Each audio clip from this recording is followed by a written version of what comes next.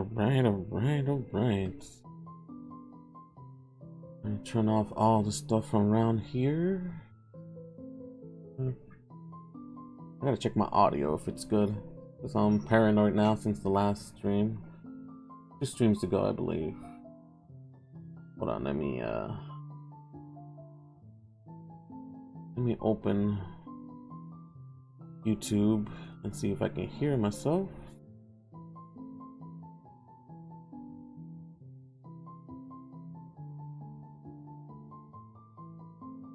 Come on, YouTube, load.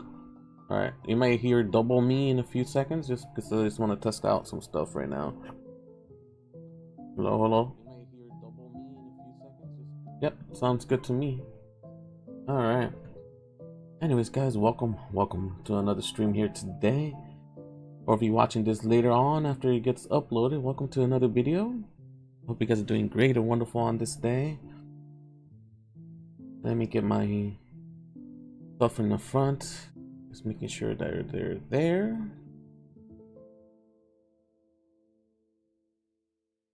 Alright. Cool.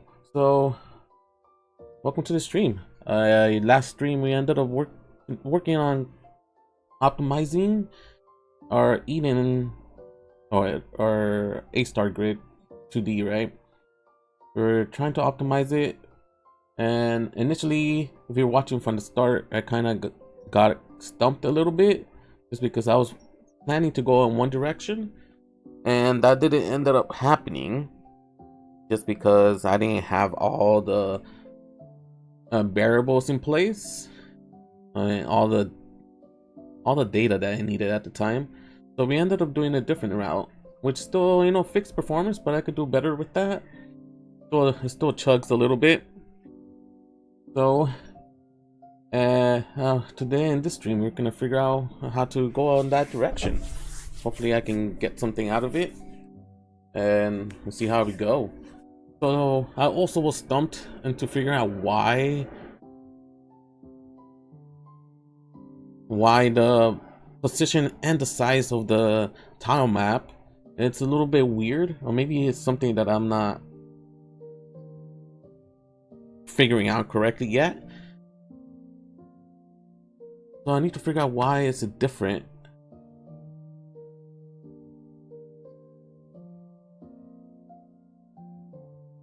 So earlier we ended up getting these logs down here in the last stream. We ended up getting this position here, which doesn't really make sense because my chunks are, let me zoom out. So we get, oh, you know what there might be? You know, I think I know I just saw it right now. But initially, this is my chunks right now, right? So there's 3 chunks at the top, 3 chunks in the center, and 3 chunks in the bottom. So I'm rendering 9 chunks out of this world that I'm in, so I don't have to render everything. And each chunk is a 30 by 30 the dimensions, right? So that's how many tiles. That's how many dimensions that there is in each chunk. So that means in theory the entire this huge square that is in here is a 90 by 90 grid here. So that's how big this size should be, but it ended up being a lot bigger than I'm thinking of, because this is what I'm rendering. So that's where I was stumped last time, and as I zoomed out right now, I believe I know what the problem is, and that is because I'm also rendering the one down here. Okay. I don't know why I didn't see that earlier. Okay, so that kind of makes sense as to why it's a lot bigger, 163 by 122, because it's rendering this entire thing here.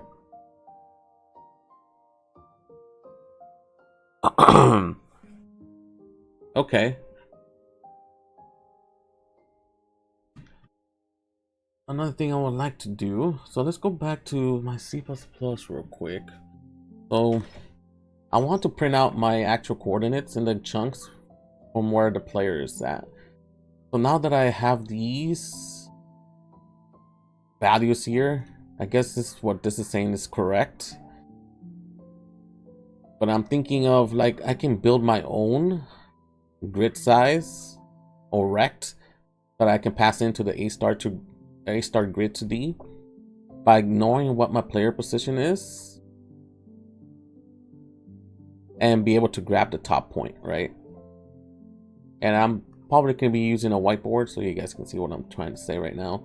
But my player is always rendered in the center grid at all times, and all the other neighboring chunks are the neighbors, basically, right? So there's a chunk in the center that the player is always going to be on.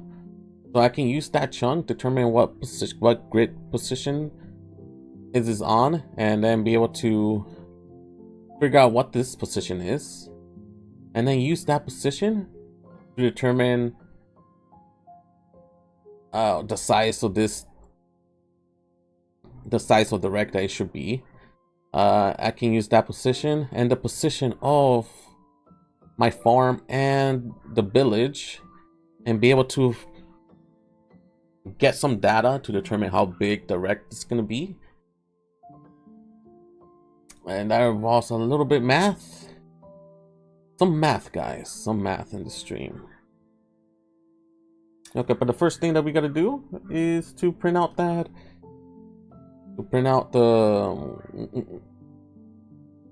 grid position of the player. I want to print that out. So let's go into, let's see.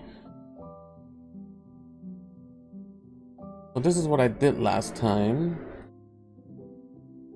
I initialized all the walkable points, and I really want to avoid not doing this because I'm iterating through all of that every single time, and that is the goal that we want to do here. So after we populate, do we want to do it before we populate?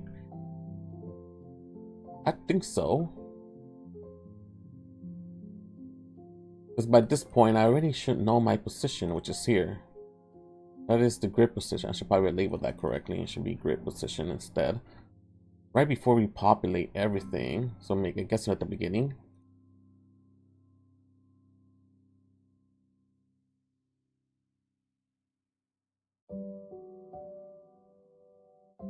Oh, let's go to the script here. So Eden tile map.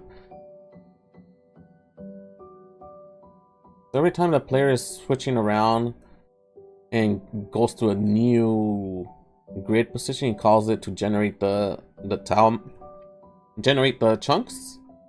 So we'll call that function, which it calls generate level. This already knows what my grid position is at. I'm wondering if there's something that we can do. You could probably do it in here. So, you know, let's print that out here. Print error. And we can set the grid position. And we can lay it out in here and see what's up. And this current spatial position. And let's print out this bad boy and let's figure out how we can get this. What is our position? And another thing I like to remove all of that because I don't need all of that stuff there anymore. So let's comment that out. Go back to here, save, and let's run it back. Let's figure out what is that tile, a grid tile position or grid position, grid chunk position.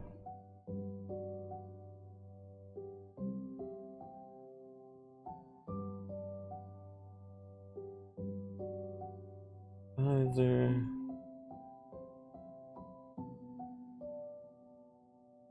Alright.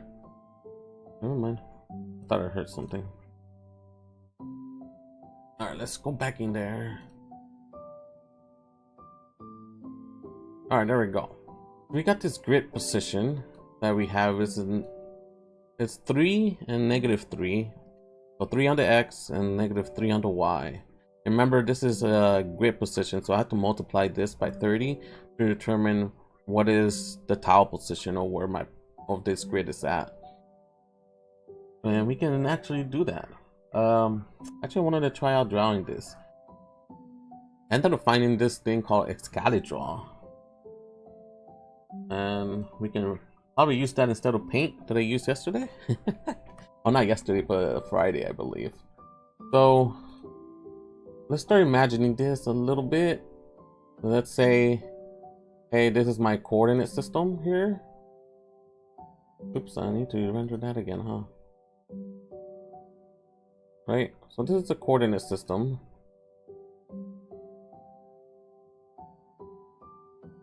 And then, how do I zoom in here? There we go.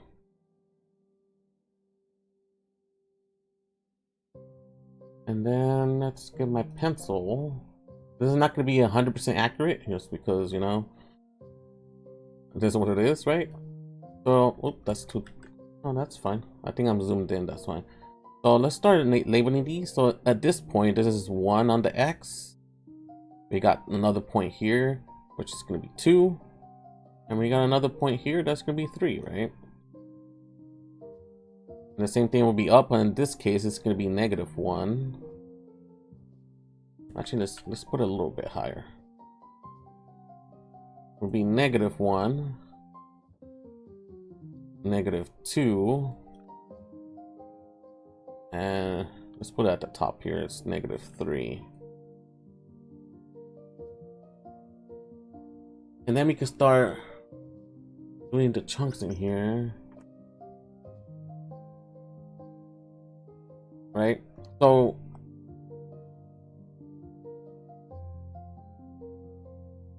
what I was thinking in here, we got the position for our grid position here is 3 and -3, right? So you got 3 here on the X and 3 on the -3 on the Y. So my chunks, technically it's being rendered. Is it being rendered this way?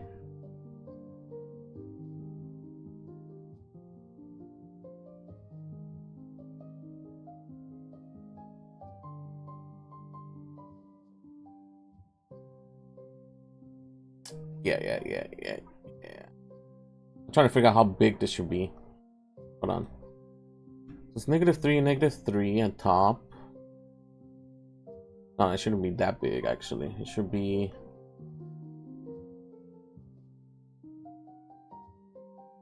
like this big here. I mean, I don't have to be super accurate though, but you know me. -3, because then at this point is -3 and 3. We got 2 down here. So let's render my entire chunks that I have in my game. Do we have these? And can I copy these? Yes, I can. So I don't have to redraw this every time. So cool. So let's like I said, it's not gonna be super accurate, but you can see what the chunk is gonna be like of my current world right now.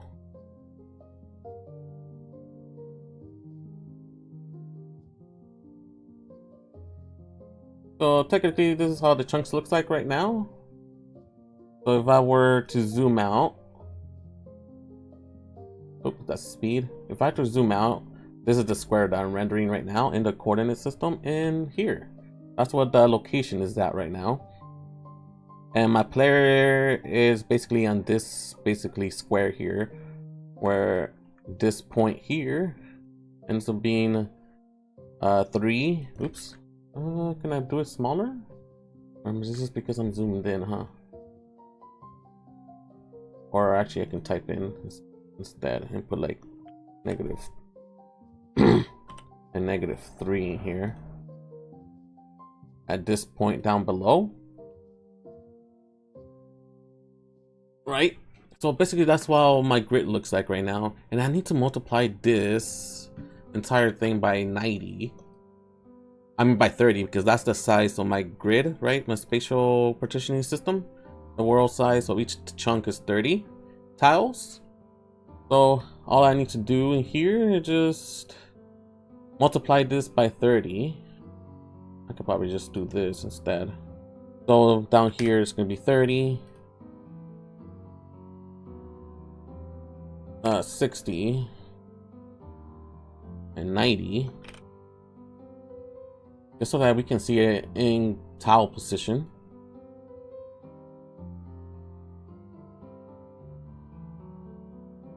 So here it's going to be -30, -60, and -90 on top.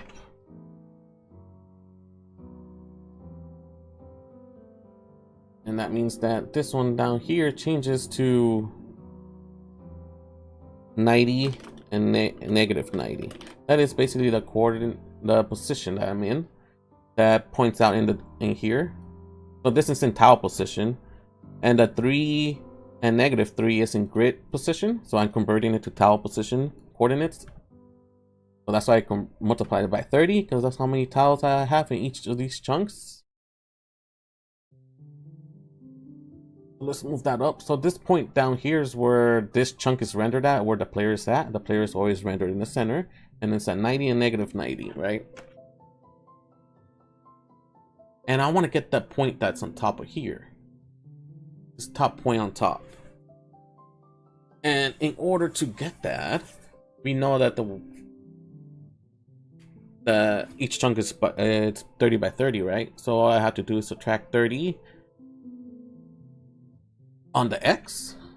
So at this point down here ends up being 60, and it's still on the same Y coordinate, so it stays in the same place. Let's move that up, and then we have to go up.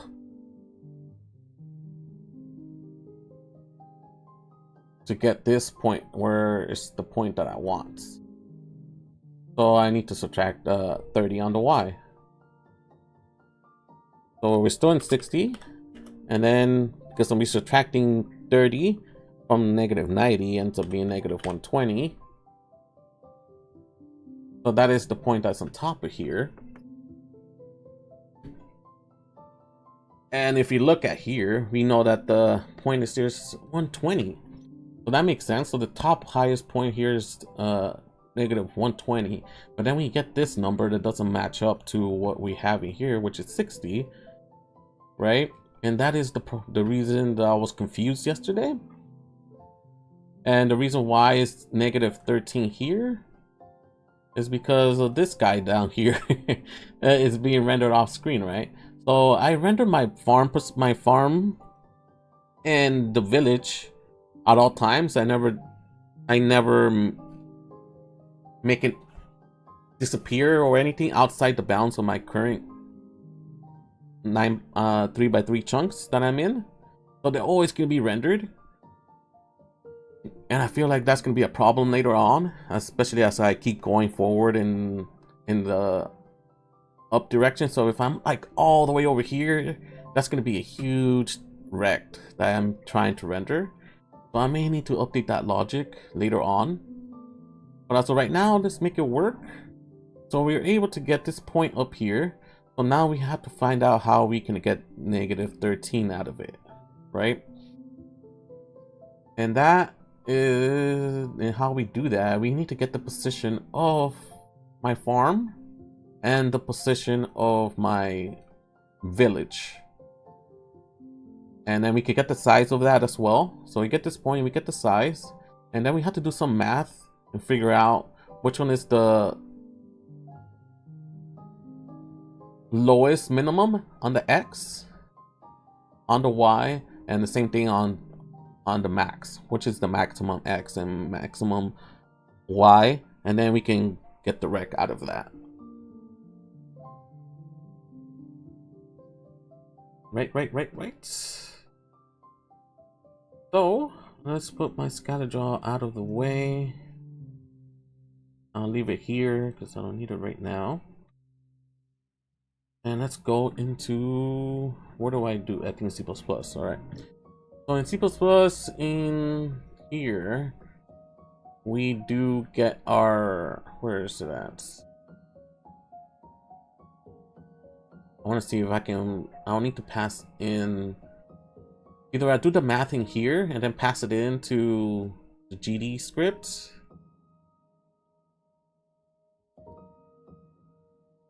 Let's put just make this a little smaller.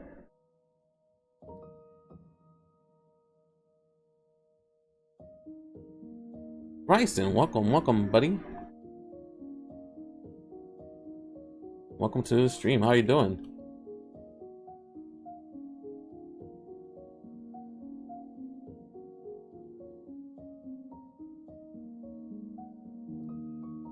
Alright, so I was trying to find out where I get my farm position from. Where do I put that bad boy in? I feel like it should be in generate. I get the farm scenes in here, and those farm scenes have its own tile buff in it. You know what? It's probably in here.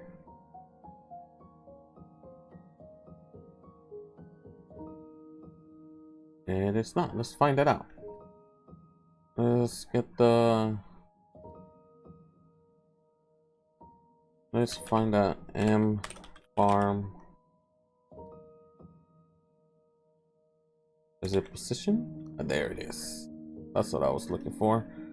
So we generate this. For now, I'm putting it at a certain position temporarily. Eventually, I'm gonna be randomizing that. But as of right now, that is the position. The tile position of the farm, and then I start generating the village position, which then passes it into the game manager. Right, I can also pass it in the GD script.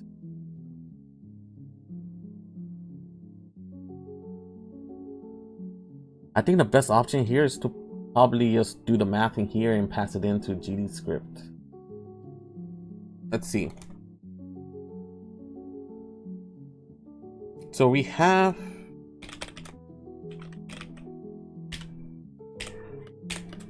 we're trying to get the top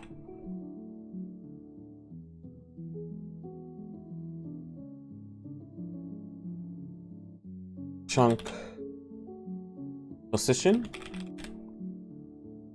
Let's go in this direction. Let's see how we do right now.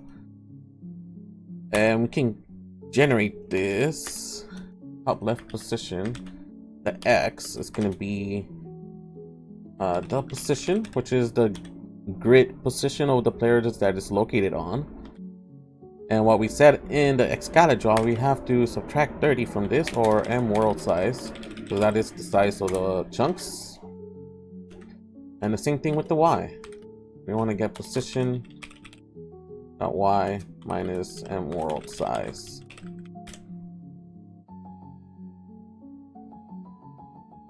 And just for testing, let's print that out. I want to see what this equals to. Should be what we mentioned earlier. So let's build that. I just want to see how I'm going in the right direction right now.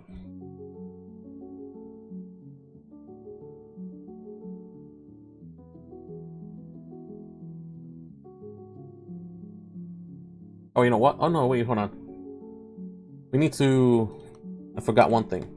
We forgot that we had to multiply this by 30 for M world size. I'm forgetting that part. Because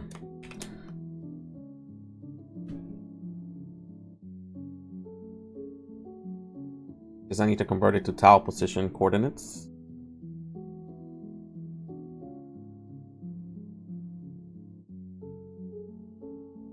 Access the nice still. Yes, it is playing. Let's build this.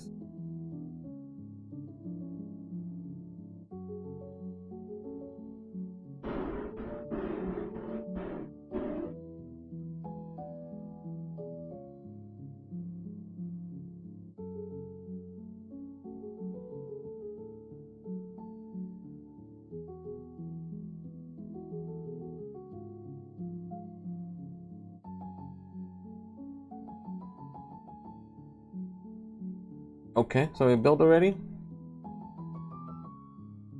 And let's run it, shall we?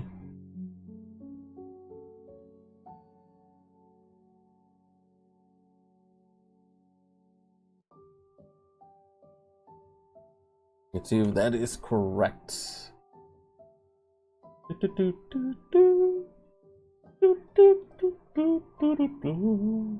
it didn't even go in there. Oh, you know what? It's in my command line. Alright. So it's in my command line. You can see it here. 60 and negative 120, which is exactly what we did in scatter draw right here, right? 60 and negative 120, which is the value, which is the top left position of my chunk up here. So this top position on top. So now what we want to do is get the farm position and the size, and the same thing with the village. That is the plan. Let's take that off.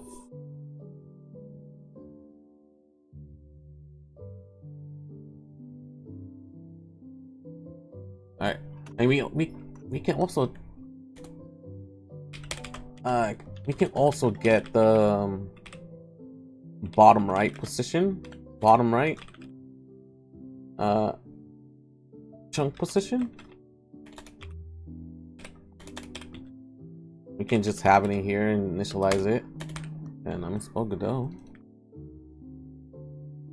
and we can set that to the top left position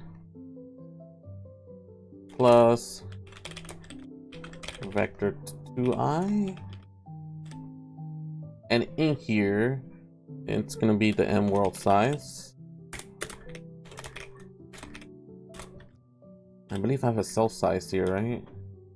Oh, cell columns, there we go. Cell columns is 3, right? That's how many columns I have in my chunk that I'm generating. So I'm gonna do the same thing for both here. And I don't need that comma. So this will give me the bottom right position with that chunk, just to have it in there. So now what I want to do here is to find, I mean, I know my farm position already. All I need to do now is figure out the size of it. I know I do it somewhere around here. I don't know if I have it saved already or do I have to generate it myself. That's fine. Let's figure that out. Let's figure that out. This is calculate this noise map, tile index. That's already on the way in the bottom. Where's the name of that other function? Spawn scene region. Maybe? No. Alright, let's search for it. I should be doing it somewhere. I feel like.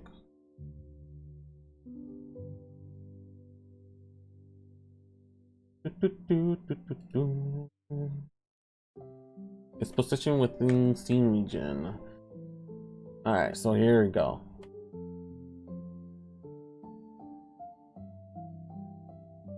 Assuming that this tile, each layer is going to be different, and the get used size of it is going to be different too. I will have to render my scenes, making sure that there's grounded on the edges, so that this can work. Yeah. Alright, I just wanted to see.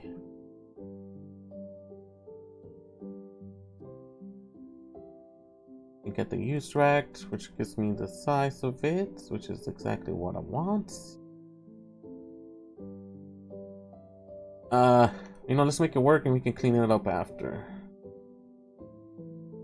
So let's just grab that and the rect. That's all I need right now.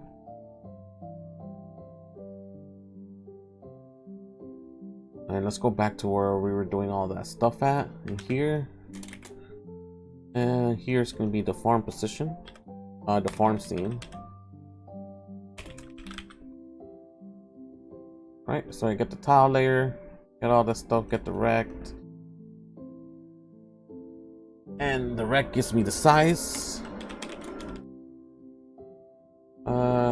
Is it in vector 2i, right? Size, rect, get size. Oh, it's a size I. Okay.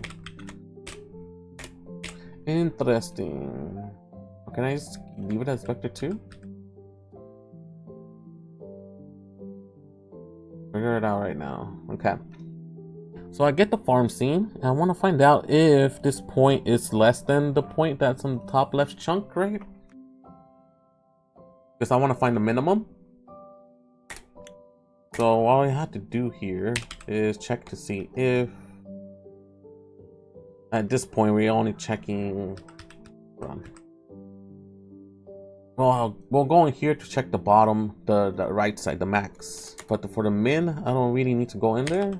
And all I have to do is say if position, farm position, that x is less than the top left chunk position. And we can then generate a position there. Let's create a variable where we're storing all of this stuff at. And it's going to be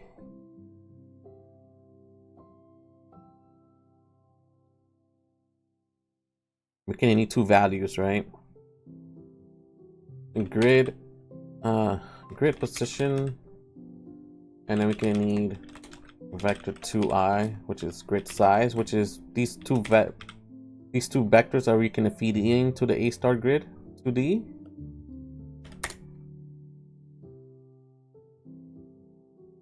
So in here,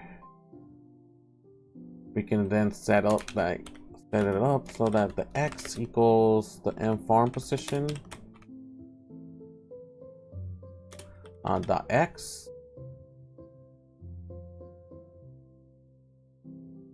Initially, we can set this to be the top left chunk position on top by default. And then we just update the values here. If the farm position x is less than at any point,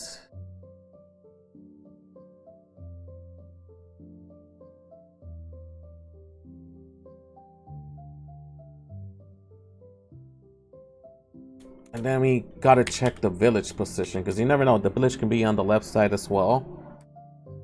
So we gotta check to see if the village position that x is less than the top left x, and we got to make sure that is a lot more left than the farm position. So we got to check for both, since we're checking after we set this, because I could have accidentally set it I could have set it here because the farm position is x, right? So let's say the x is -90 and it's less than the top left position, so the grid position will be -90, but the position here can be -40, which still is less than top left, but it's not greater or lesser than the farm position. So we want to take account for that as well.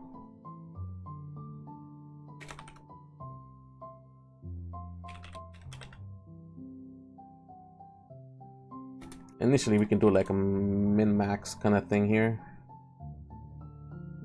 which we can clean it up after. Hold on. Let's get the logic working here and get that done.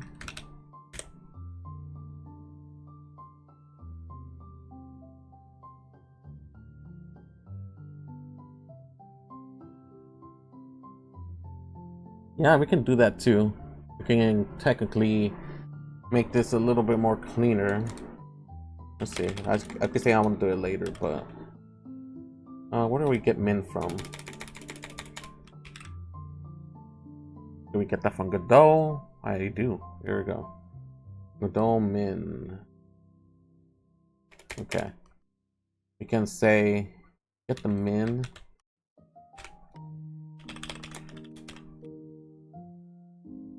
Get the min of grid top left position. Oh, let's do the farm position.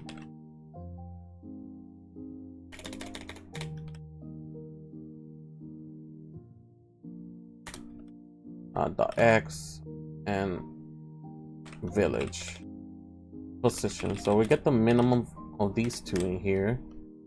Gets passed in here. And then we can do another one that will determine if it's this one. So I'll get the min between these two. And then I don't need to do this part. So it's only 2 lines of code instead of like 5 or 6 or whatever I did. So I get the minimum position between these two. And then I get it again depending if one of this is lower than the other.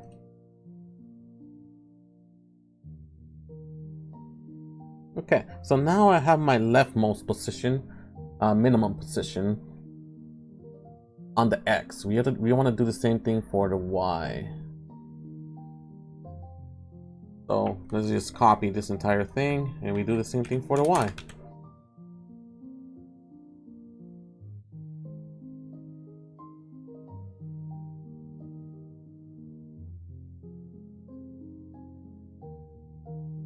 So now we have calculated our X and Y minimum position.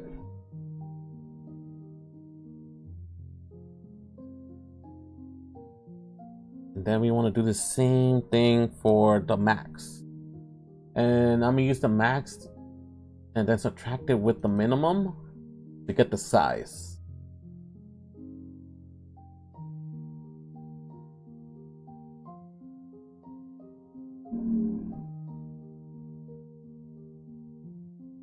I'm thinking right now that's what we want to do, which is why we can use this for. We got the size for this one. I know my bottom position, or like the max basically, and then we check to see which one's bigger, and we probably do the same thing that we're doing here to find the max positions for these guys.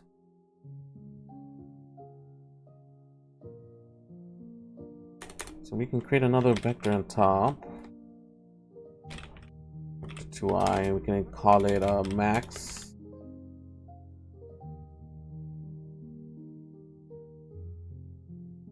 Max position. And we can set that up to be the bottom leftmost. And in here, we can check to see if this size is bigger. I don't need the rack in here. Oh, actually, I do. I need to get the size. My bad. And we do the same thing that we're doing in the other one, where we checking to see if the X. Well, I need to get the right position for this. Let's get Godot, vector 2i, Mac, how can I call this? Right position. So basically the same thing.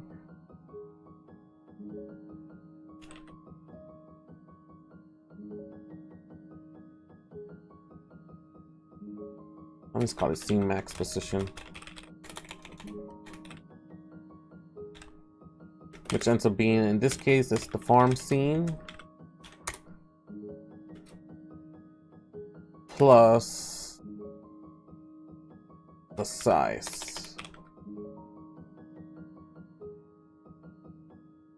Oh, not farm scene, it's not farm scene position. Oh, whatever I called it. What is the farm position?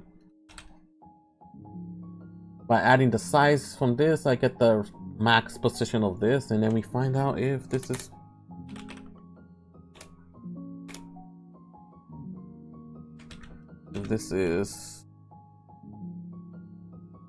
get the X, and we do the same thing that we're doing on top. But in this case, we're doing this and this, and we're getting the max value, so these. And we want to do the same thing for the Y.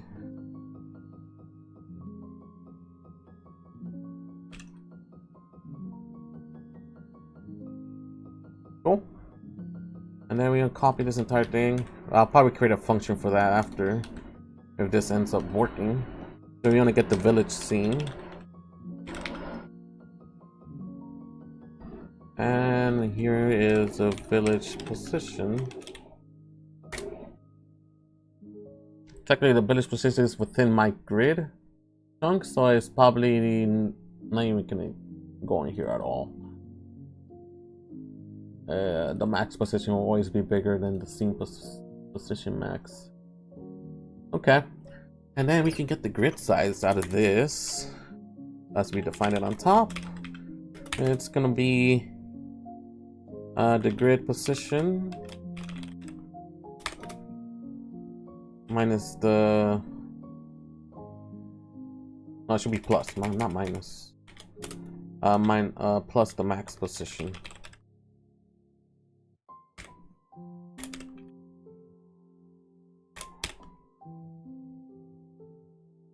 And we can print those values, and hopefully that is where I'm looking at right now. And that doesn't look right, we can put some logs and we can figure out if that is the correct way of doing it. So I want to get the grid size and max position here. I can put another error log on top.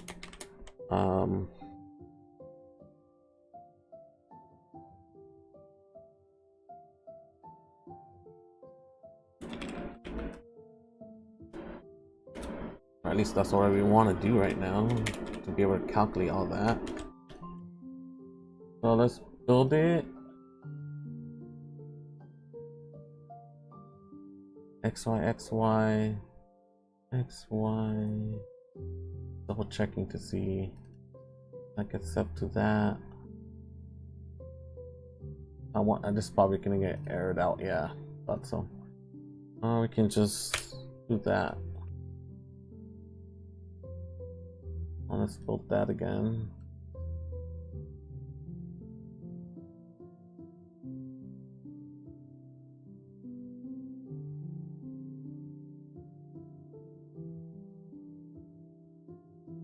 Cool.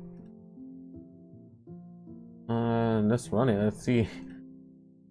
Cross my fingers that this may be looking okay. And that is in here, I believe, in my command line.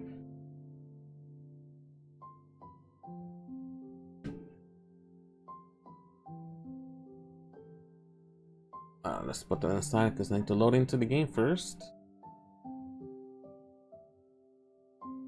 Alright, so now we get these values. Oh wow, the Y is not in the correct position.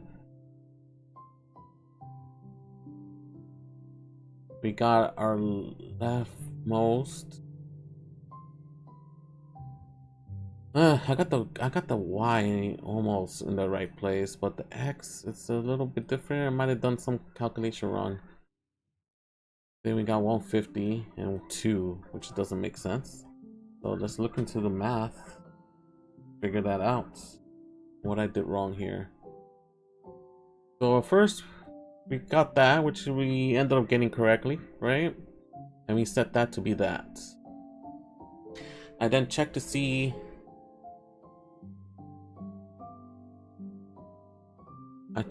which is the minimum of all of these in here for the X and the Y. I should probably, let's print out those values and see what that ends up being.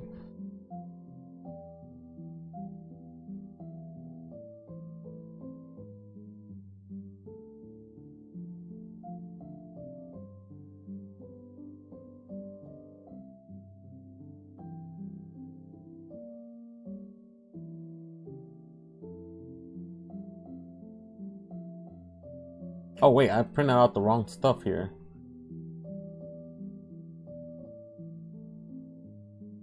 Hold on. This is what I wanted to print out, but the grid size ended up being the first one, right? I mean, still not really matching up correctly. Alright, hold on. Let's build this thing again. I want to know what my grid position is at, so I can see if where exactly am I not going correctly.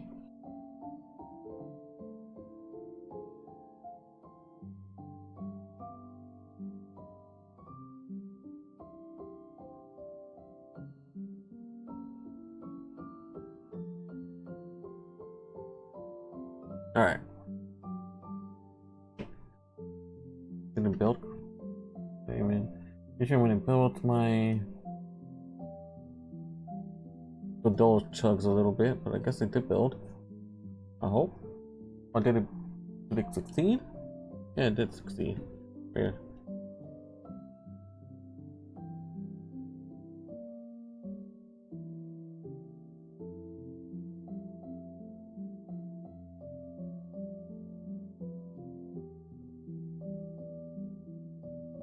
Okay.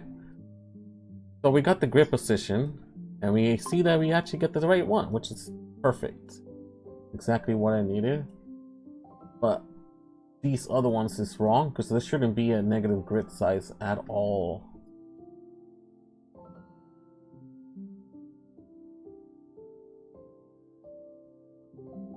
I think I'm doing that math wrong there.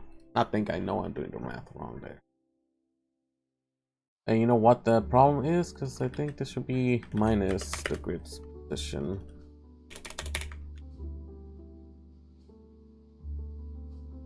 I have no idea what I was doing there, but that's most likely the problem there.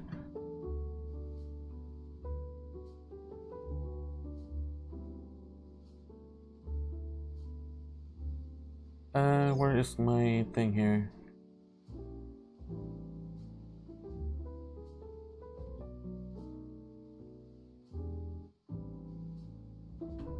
I want to turn this off.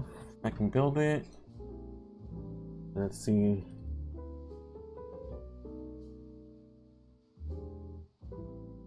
Do a build on that.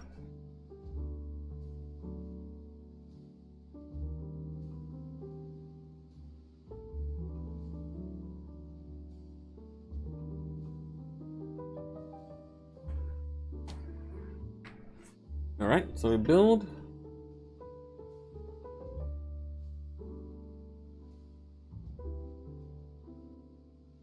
And let's build this, display it. Let's see what's up. Hopefully I get it correctly this time. Crossing fingers. We got the grid position correct.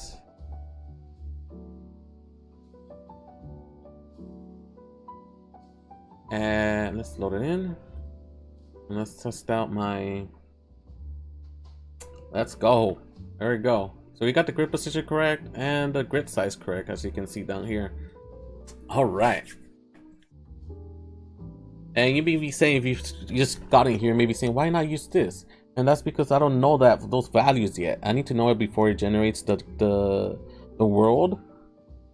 I need to know it beforehand, which is why I'm trying to calculate it and find out what that size is going to be, so I can fit into my AStarGrid, and then I can populate all the points that are solid as is generating the world for me.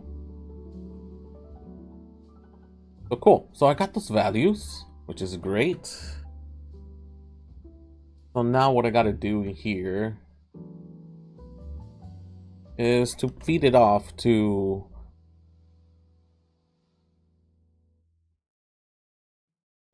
my GD script. I don't know what kind of function I want to call this.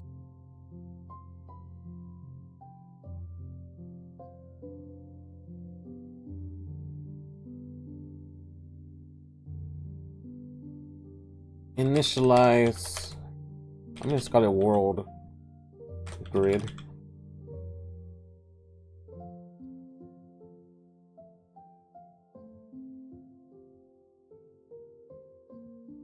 Well, I want to say grid.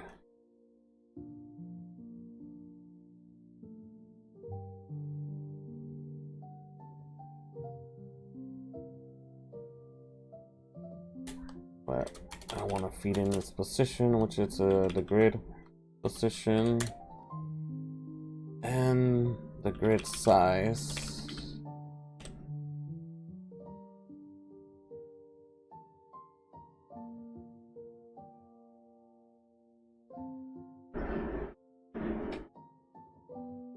We'll call it pre-initialized world. I think that's what I'm gonna just call it, pre-initialized world, before it generates, or pre-generate world.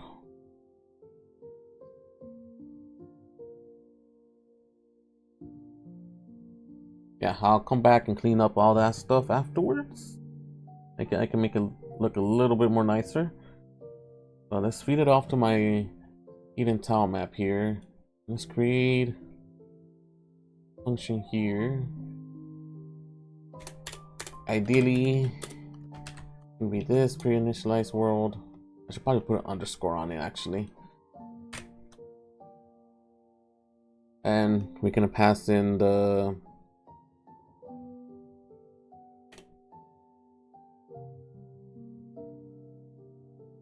position, which is a vector 2i, and the size, vector 2i.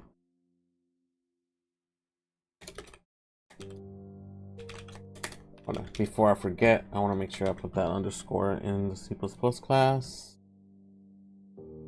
Okay, so I don't forget. So in here we want to call Eden star. Let's say initialize AStarGrid, and we're feeding those values. And let's create that function in Eden star here.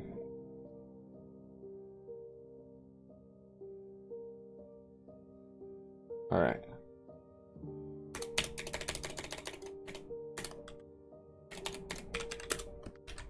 Initialize A star, which passes in the position, which is a vector 2y, and the size. Oops. All right. So we want is to generate a rect I here that we can feed off to my AStarGrid here. AStarGrid region, which is just going to be a rect of this. We got the position, and we got the size, and then we want to update it. We come in here, we don't care about this anymore. Actually, we don't care about any of this stuff since it's already pre-initialized. Oops. So we ended up printing this out. And do I even need to call this every time now? I don't think so. Other than initializing at least once to be able to get that. So I'm gonna leave this here, but I actually don't need majority of this function anymore. We initialize it up here, so we don't have to initialize all these values anymore. Except for the region, which is what we're doing. So sweet. I may get some errors because if I update the grid without removing the old points, and those points are out of bounds, I don't know if it will error out. I know if I try to make a point that is solid outside the bounds and I call the function, it does give me errors, but what if it's already out of bounds by the time I update it? Would that crash? Would that give me errors? I will need to figure that out. Well, something to keep that in mind. But cool, so we call this every time.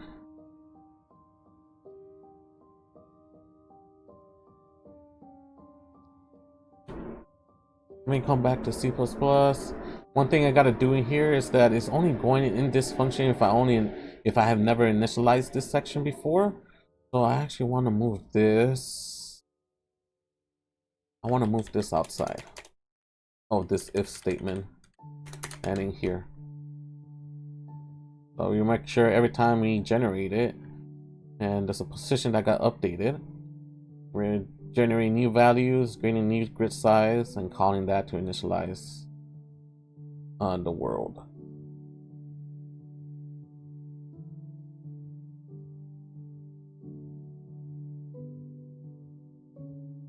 Okay.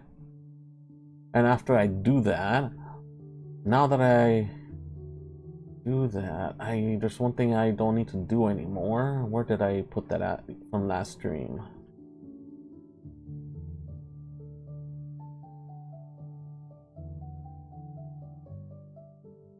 Where did it go? Where did it go? Hold on. So when I generate my trees, there you go. So normal non-walkable positions. Where do I set this up? We got all of this stuff that we did last time.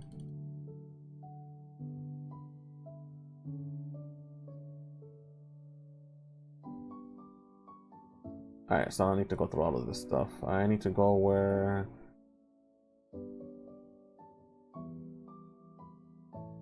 Where do I initialize it at?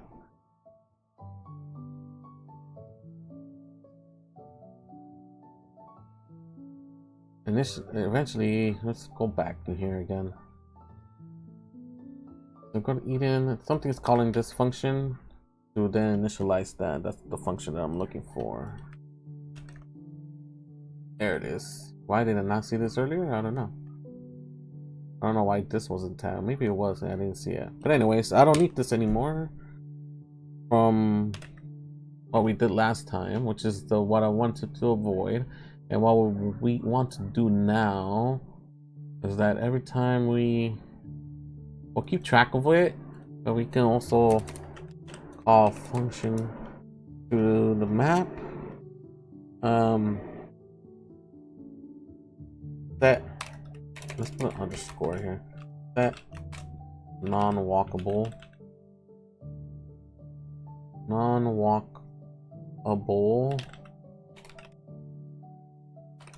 points, and then we pass in the tile position.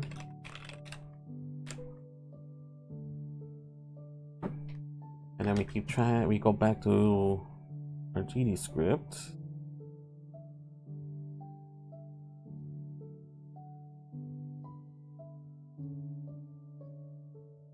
And theoretically, we don't even need this function either. So what we want to do, call this function, just position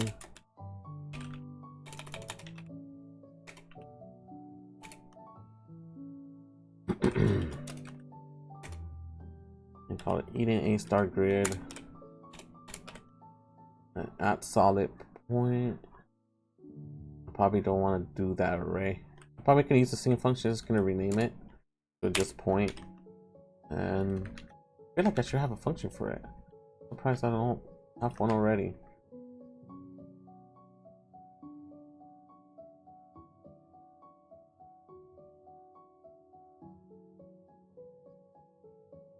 Now I just check to see if it's valid, but I don't have a function for it at all. Okay. So instead of doing all of this stuff, we just move it out. And ends up not being an array.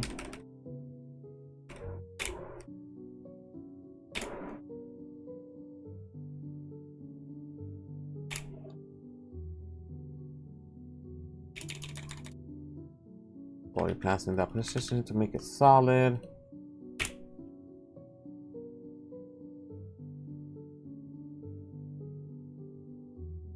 Okay.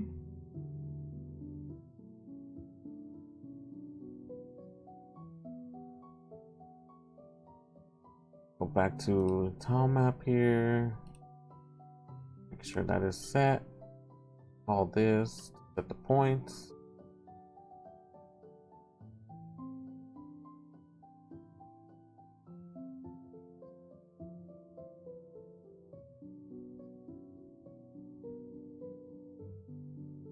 I'm wondering if it will still kind of chug a little bit. I don't know if it will by calling it a solid point, but we'll need to try that out.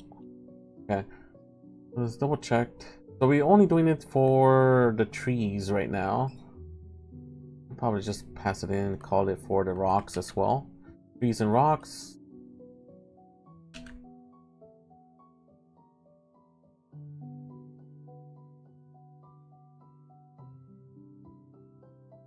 Trees and rocks. Is there anything else I'm missing? Let's see. I feel like that should be it. So let's go over what we did, just to make sure. So what we did was to initialize.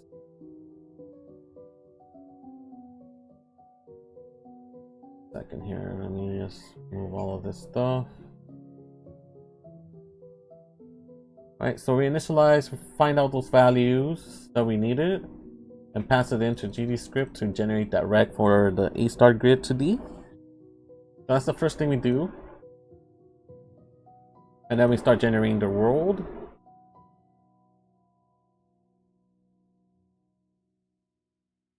One thing that I'm thinking about is that do I need to wait a frame or not to make sure the AStarGrid is updated correctly or not? That's one thing.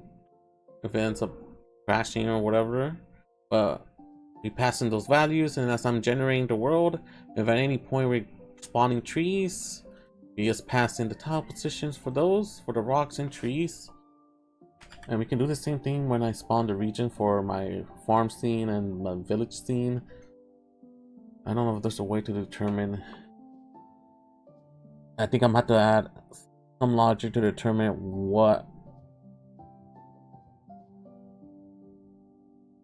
layer ID I'm in.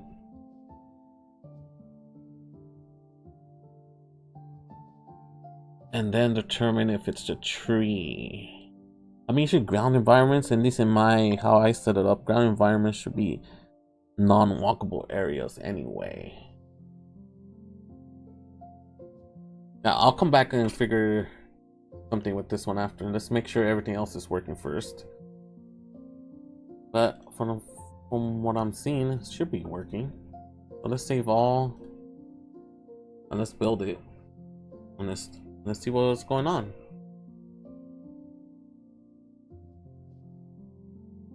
Tools. Let's build this bad boy.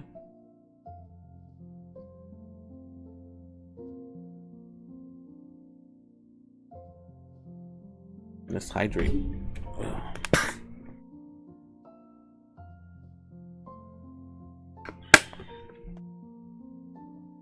All right.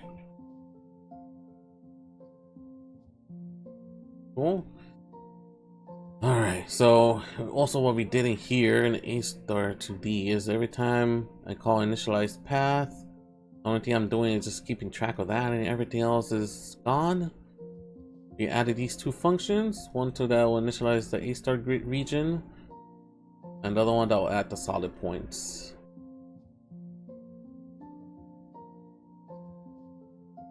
Do a tile map. Comment this out because I don't need it. I think this was the initial function name that I was using before. The first time that I started in Friday stream, right at the beginning, that was the direction that I wanted. I think I should probably call it the same. I may end up renaming this to what this was. But other than that, we call this, which calls it right before it regenerates the world, initializes the AStar, and then any non-walkable position. So it's a good setup in here. Cool.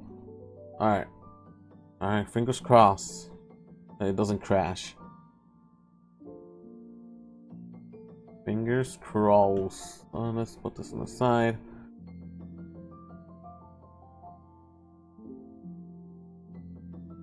Did it not? Let's see if it crashes at all.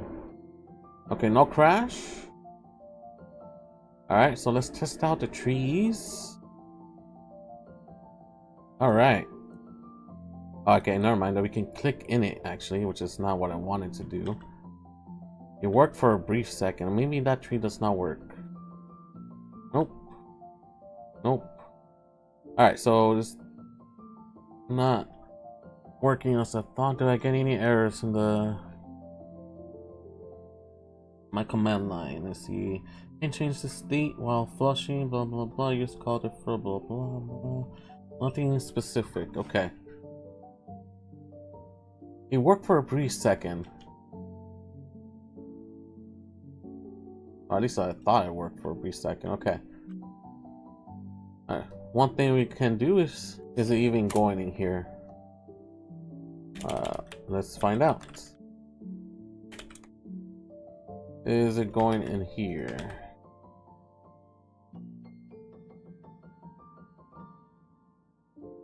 And then we can print out the position if we want.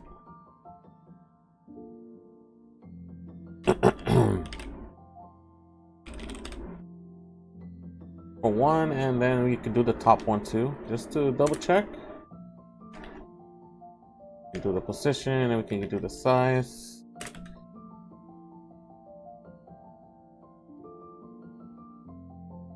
Actually, we can do this in the AStarGrid, so just making sure it's being called.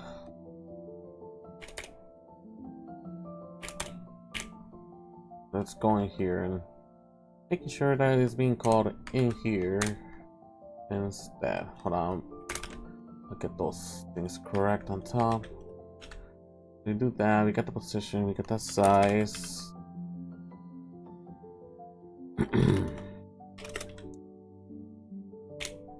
And let's do the same thing down here. We pass in position. Alright. So let's save that. Let's see if we actually going in here.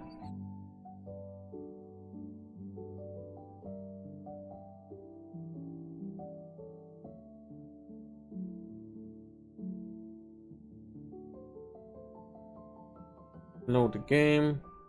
Test it. Alright, so we see values here.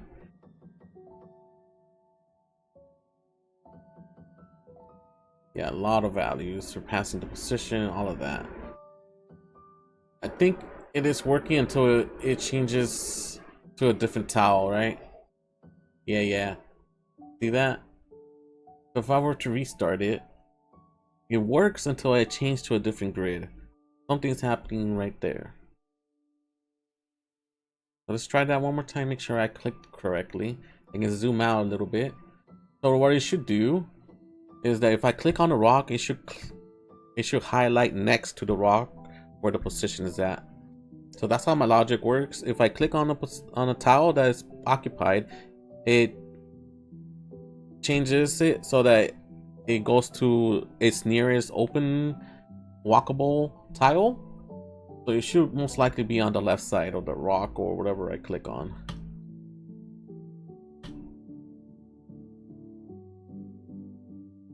So let's zoom out a little bit. I know the ones inside the village and the farm don't work, so any trees here won't work.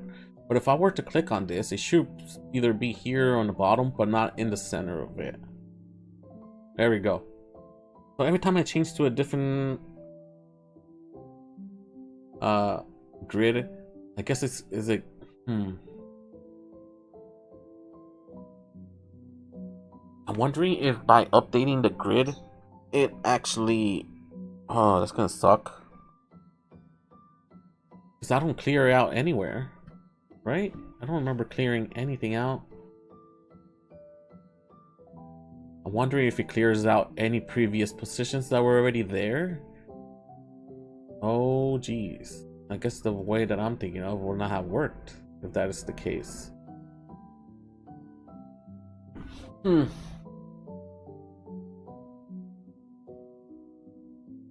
Why would it clear out previous positions?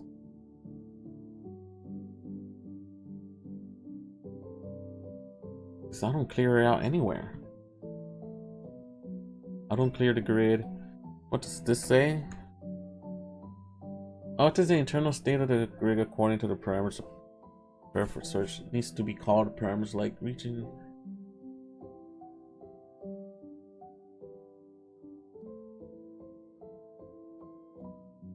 Ah, see, it will be cleared. No way, I did not know about that earlier. Is there any way to keep track of it before and then set it up after? So we did all that math for no reason, and it's gonna get cleared anyway.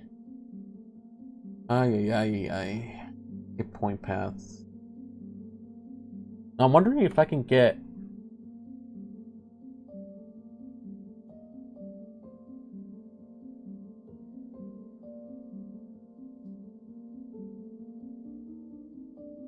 that generates the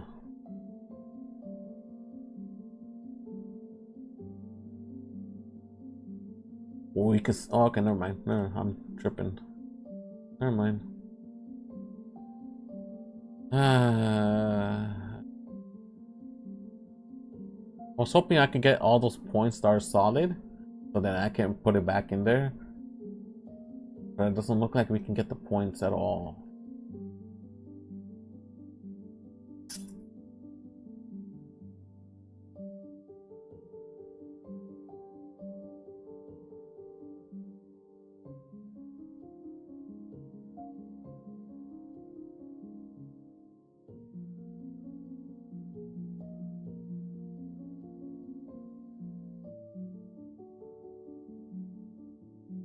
Or get point data in region. Ooh, hold on.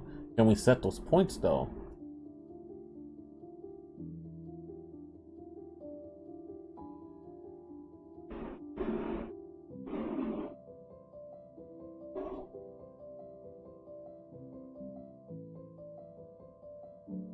Okay. How do we set that point if we wanted to though? So we have all that data. Is there any way to set it?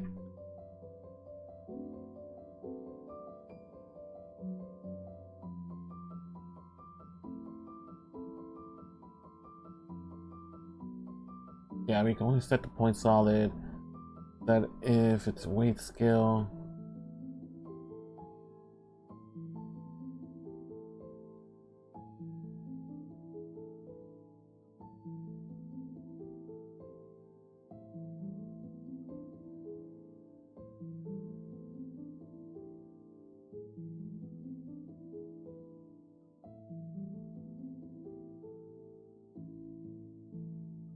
Because what is the point if I can get it, but I can't?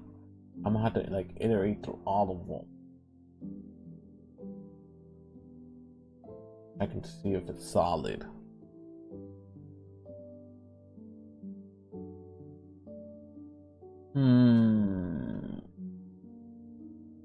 Let's look it up. Maybe someone can do them. I'm online. Godot, AStarGrid2D stat array points.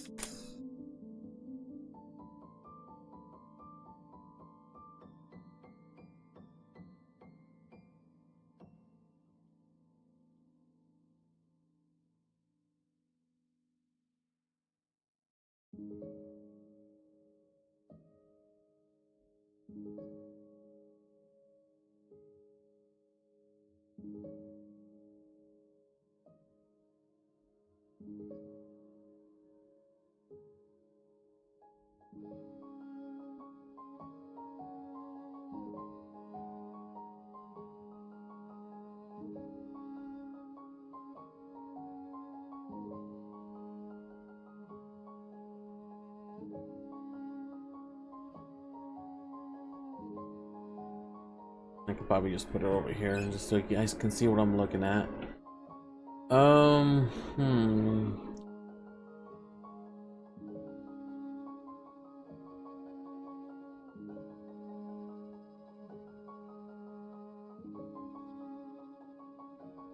wish you could pass in a value saying don't clear out my previous points.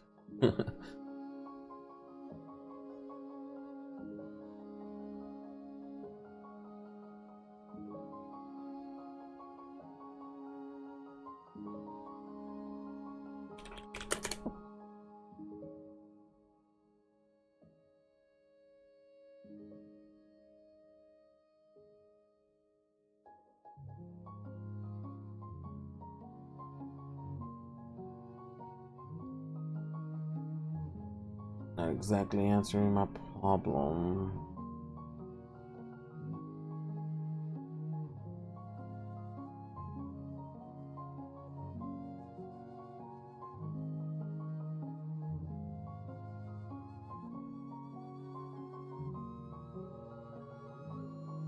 Okay. You may have to just go back to where we were. You just leave it to how we had it before. Still chugs a little bit. Or I can do some type of threading.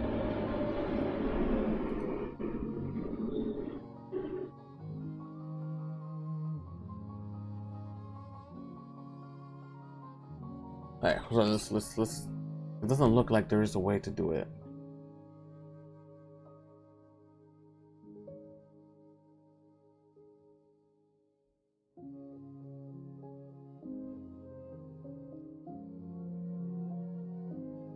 Alright, let's see, let's try something.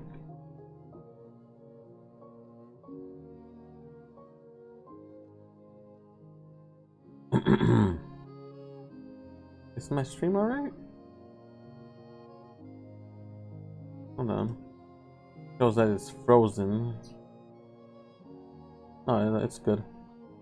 It is good. I don't know why it shows it was frozen for whatever reason.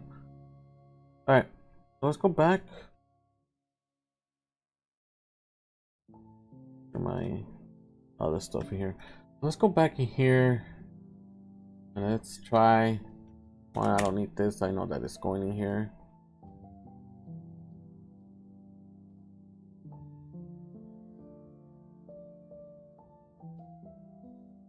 One thing I would like to do is just let's not call that for right now. Let's do a pass.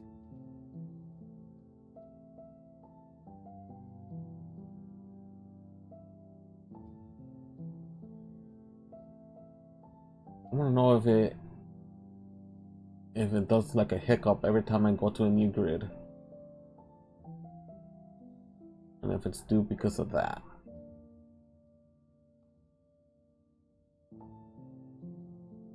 Oh, wrong one. That's gonna crash. Yep, I thought so. I need to fix that.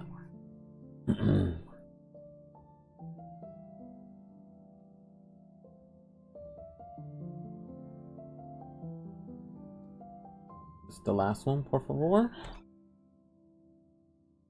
Alright, so we have this. And it doesn't hiccup as much anymore. You can barely tell a little bit if you pay attention to it. Alright, so the question is, I'm trying to figure out if it's because I'm doing this thing here, or is it because of something else?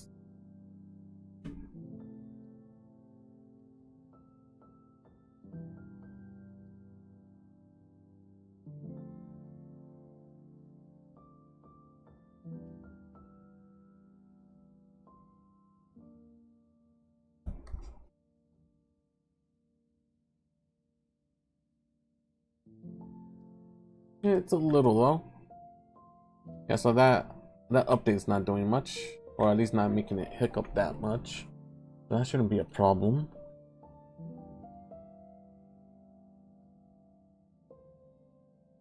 And then when I set these points,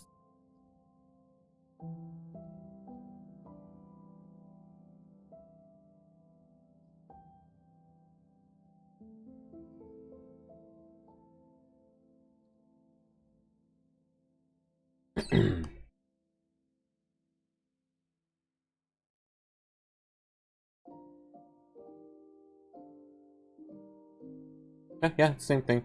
Nothing huge is going on in here, the back end.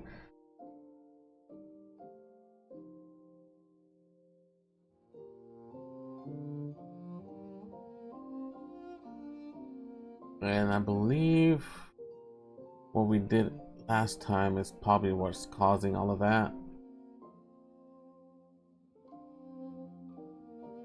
I'm just trying to identify what is the cause of all of that.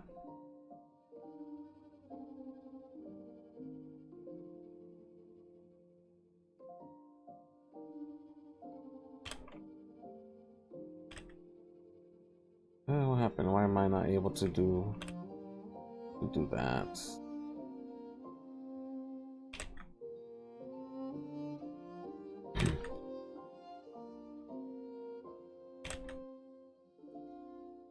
Let me comment all of this stuff out. I'm not using it at the moment. Okay, you can clear it out if you want. That's fine by me. This is not being used at the time being.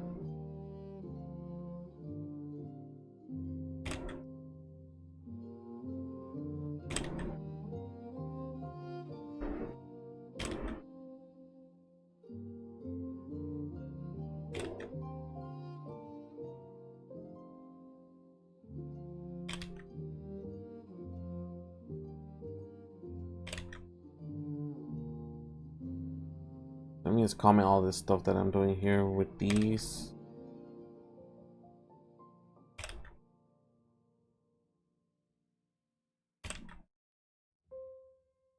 Because I am not using it.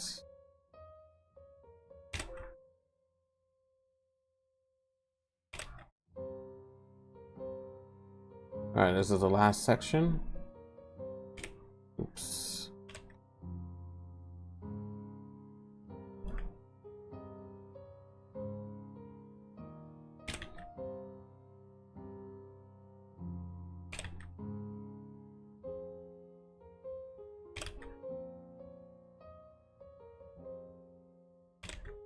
Alright, so let's save that. Let's build it.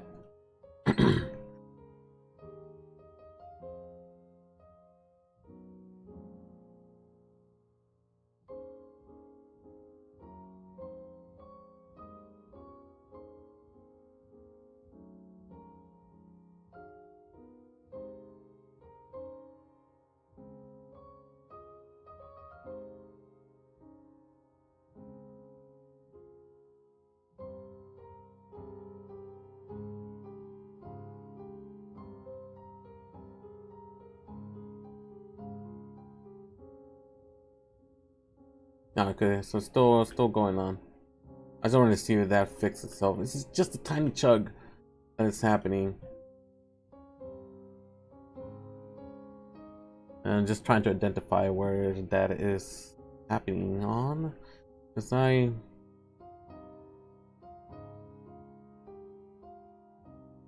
commented this off. Could be because I'm spawning stuff. Just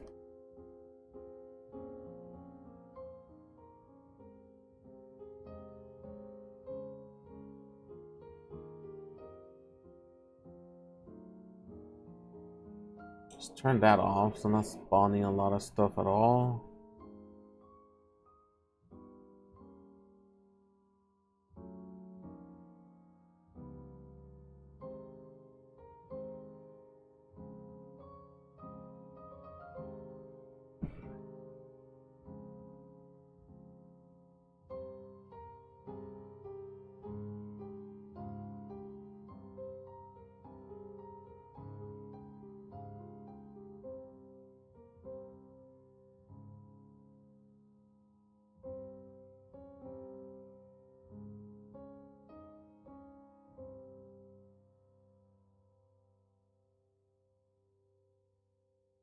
Okay. Yeah, it's still happening, just a tiny bit. So it has nothing to do with that. But at least I know it has nothing to do with the AStarGrid, at least. The comment that out is still happening. So it has to do somewhere else. But at least I need to figure out how to make this work now. And I can either grab those points that we saw and then iterate through all of them that are within the bounds of the AStarGrid, and then just make those solid, or go back to what I was doing before, which basically does the same thing.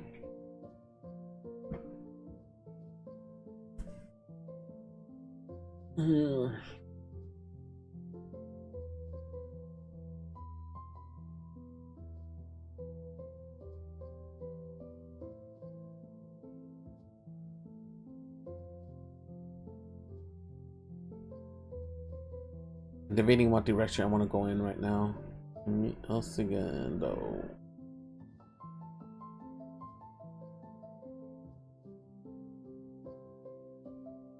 Do I want to add it back? No, let's try adding it back and see if it's if it's chugs a little bit more or not. And if it doesn't, then I just go back to what I was doing before. So all I did today was nothing happened today. So let's try reverting back. No, I don't want to revert everything yet. So let's just try recreating all of this stuff again. We got positions, and we'll create points in positions, and we can make this solid. What did I do wrong here? Oh, it's supposed to be an array. Right, so we pass it into the solid. We come back to Eden tile map, bring back this thing here. Right. Grab that. Make sure we're calling the right one. Come back to this. Revert all of this stuff that we did. Because I need to do that.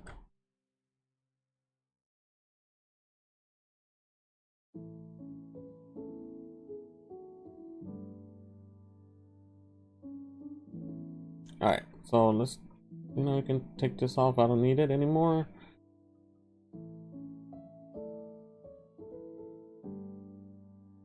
Actually, I don't even need this anymore either. And sadly, we have to, I know, I can leave it. It's not a problem, I don't think. Let's just do it. It is what it is. And we can check to see if it's doing it. So we got that back. We put this in here. Right, so we call that function again. And we keep track of this, which is fine. We can comment this off because I don't need it right now. Those are the only two places I was doing it on. And let's build this bad boy. Build.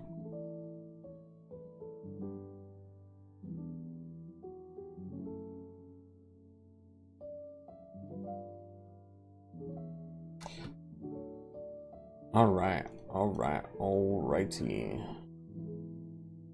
Alright, so everything should be back to how it was when I first started the stream. So let's figure it out. Let's see. I want to know if it still chugs the same amount. If it's more, then I keep what I did today.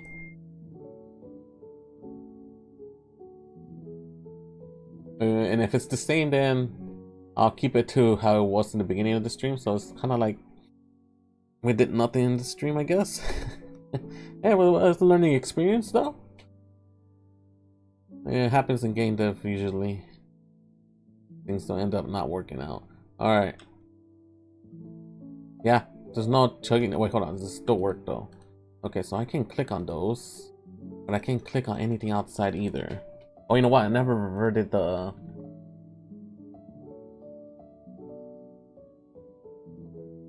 Where's the... Oh, no, it's in the script.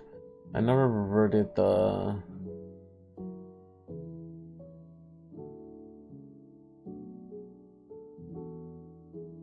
Distance in here.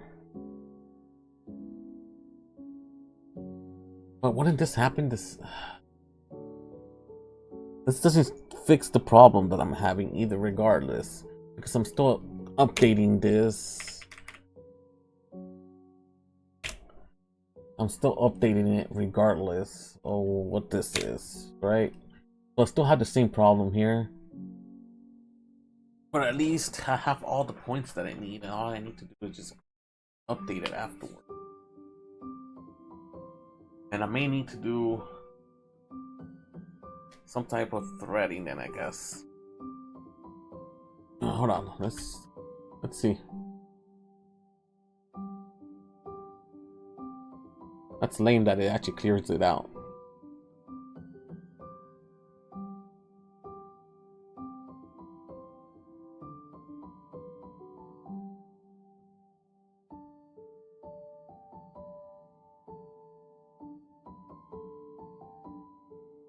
I can tell a little bit though.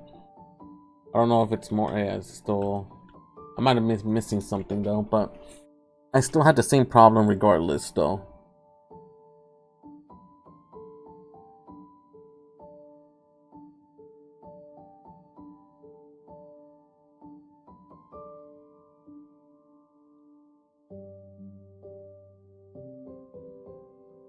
Trying to figure out what would be the best course of action right now. If I were to keep it here, I need to grab all the points beforehand, update it, and then reinitialize everybody again. And I can do that in a thread or something. If doing what I'm doing is not the right way. Oh, if it's not performing, I mean. Yeah, there's something else that I'm missing from doing this. I'm not entirely sure what I'm doing.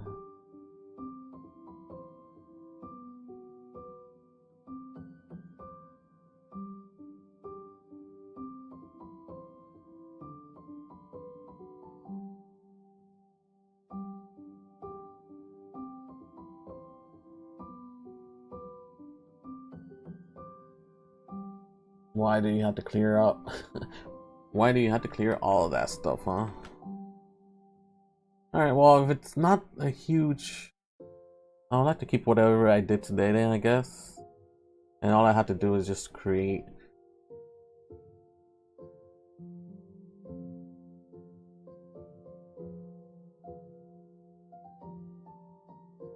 So just bring up all that stuff again.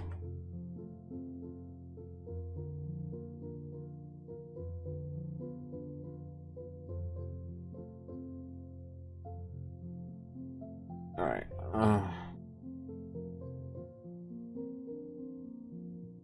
I can just keep track of all those points just in case.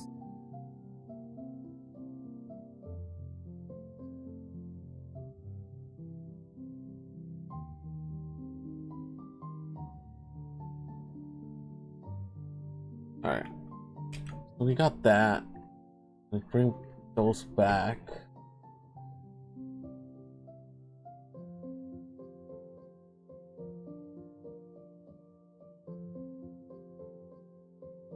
Just make sure I call those functions again that I did earlier.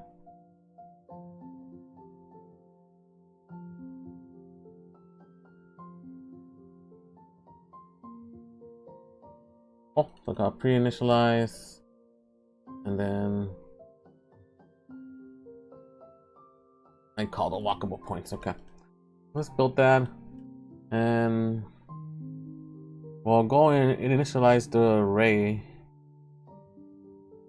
and see if how much it lags, and then go from there.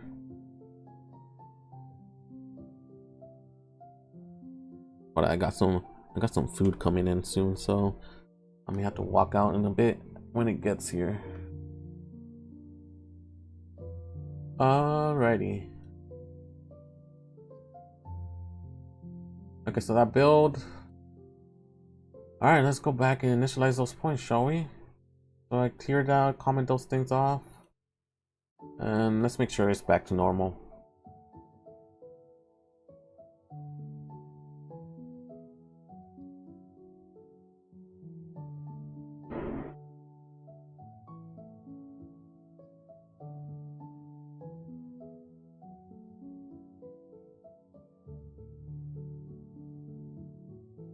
Cool, so that worked, and then once I switch over to the side, that should be cleared. Cool.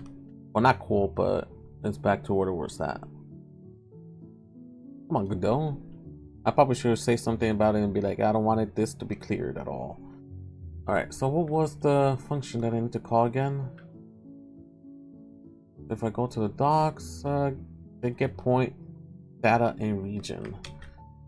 So I keep track of all of those bad boys.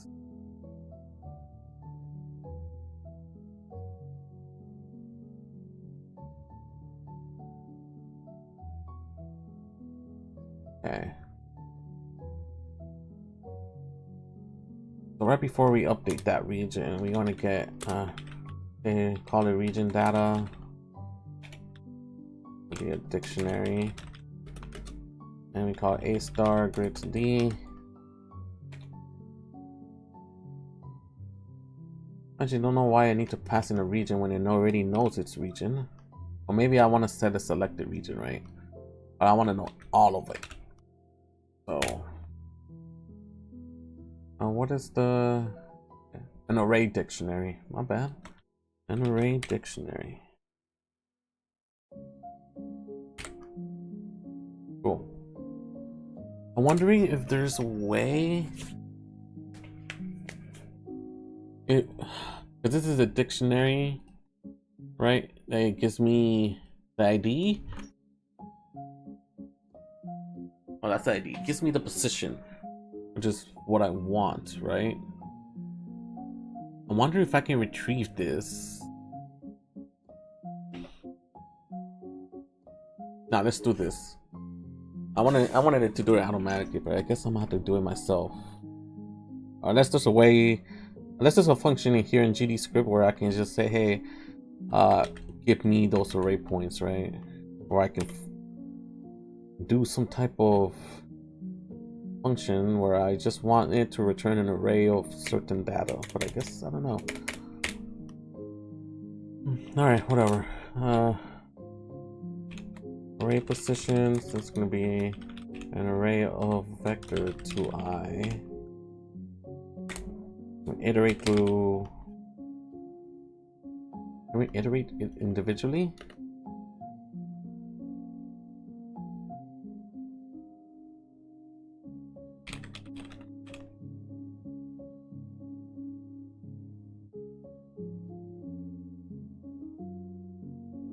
Okay, I guess say region data dictionary and region. Is that valid? We'll find out. And all I want is to push back region data position, I believe it was called, as vector 2i.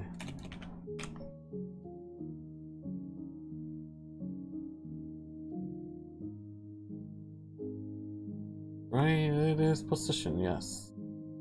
So after it does this, updates all of that stuff afterwards, we just call this function to initialize all those points. Let's print it out. Unless it crashes or whatever.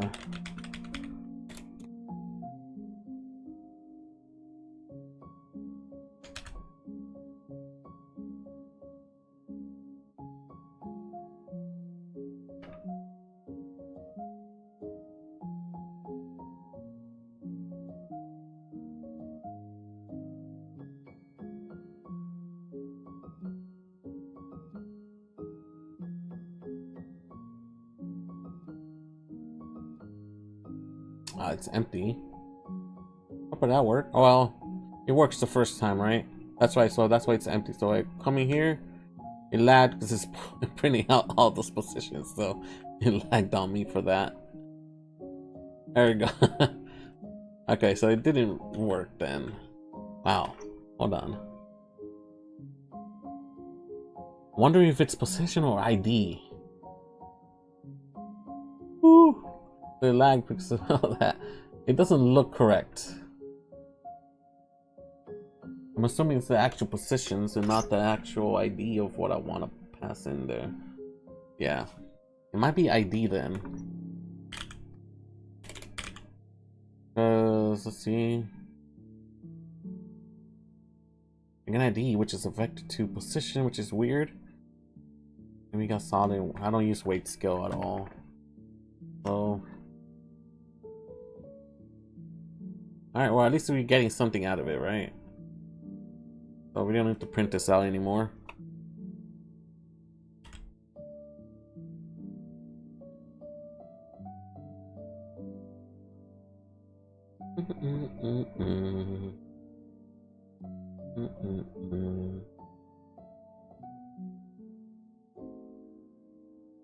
Load the game. Alright, so we come in here. Yeah, we got that lag. Sadly. Whew! Look at that. That's crazy. And it still doesn't work though. Oh, that did not work out as I thought it would.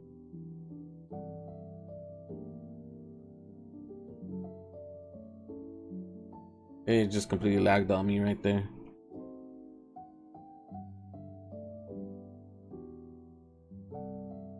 Whew. It completely halted right there. That's insane.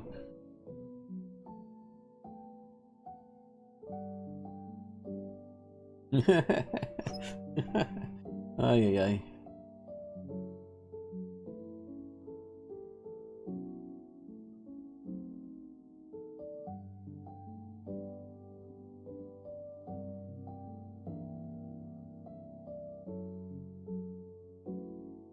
Is it gonna come back or is it not gonna come back?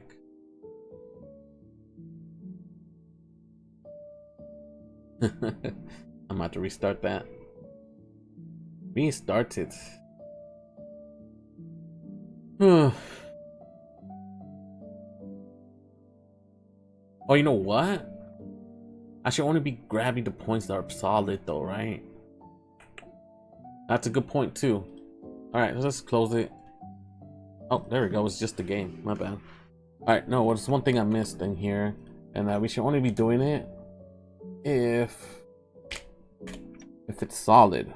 Bar solid. Well, that's a mistake that I did here. But that's a lot of iterations in here, isn't it? I only add it if it's solid.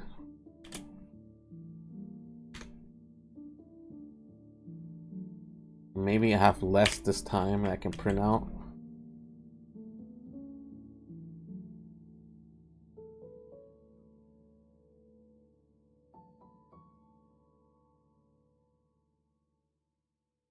All right.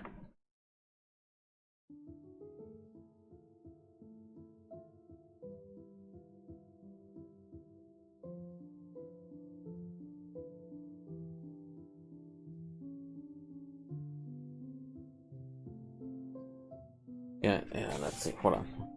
I'm trying to think right now. All right.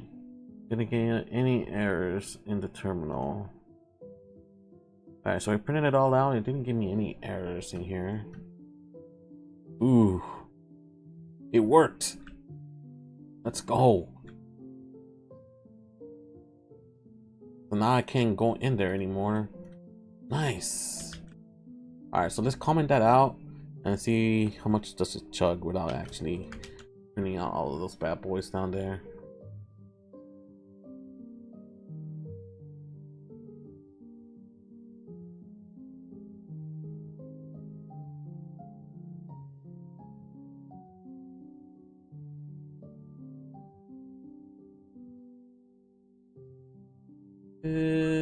Yeah, there we go.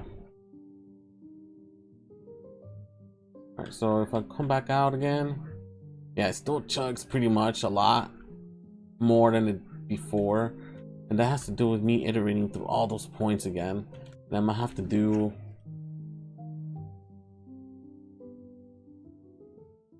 another thing I can do here also is, since I know the size and all of that stuff, we have to make sure that it fits within this new array here. Well, let's create this new rec on top.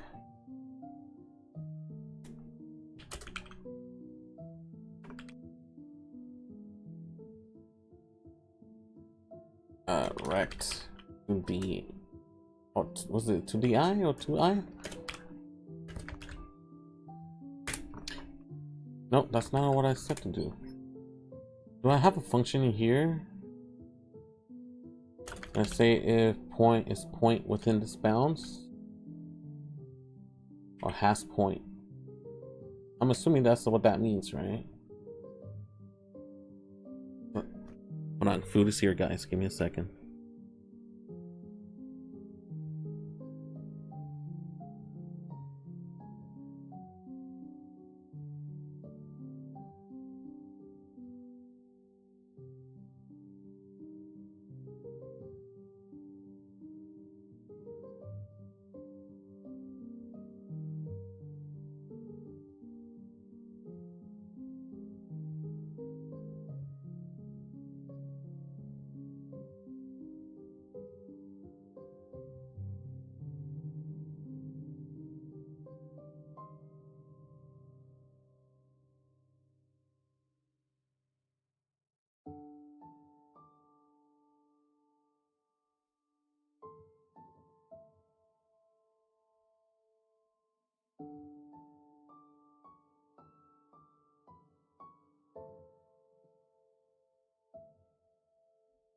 All right, all right.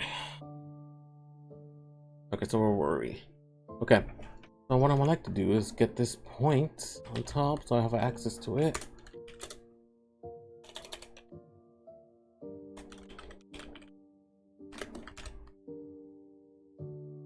Then we can check to see if this point has this, and then we can pass it in here. That should minimize some points out of it. So let's try that out. Let's see if it still chugs a lot.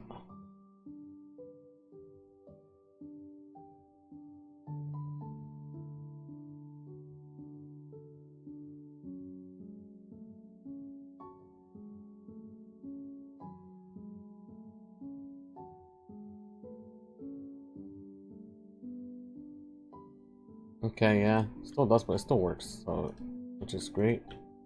But it still, you can see it chug. We're back to where we were at before.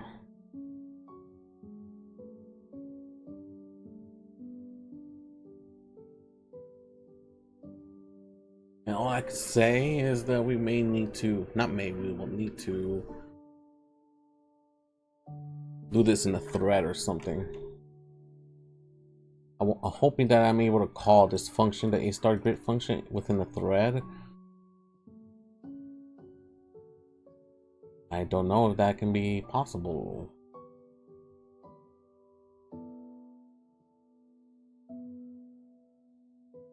Okay.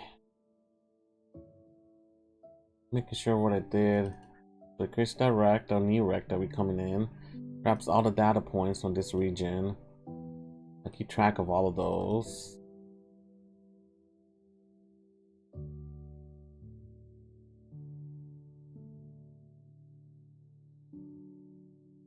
And then I check to see if it's solid or not.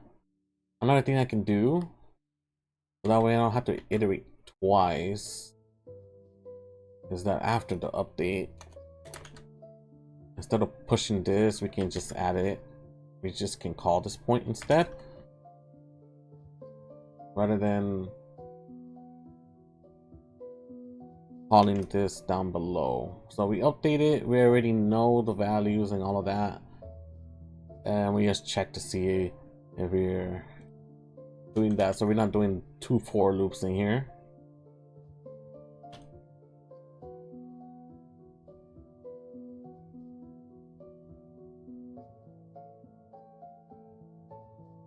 Hopefully that region doesn't get updated. I wonder if I have to do, duplicate it or some way, make a copy of it.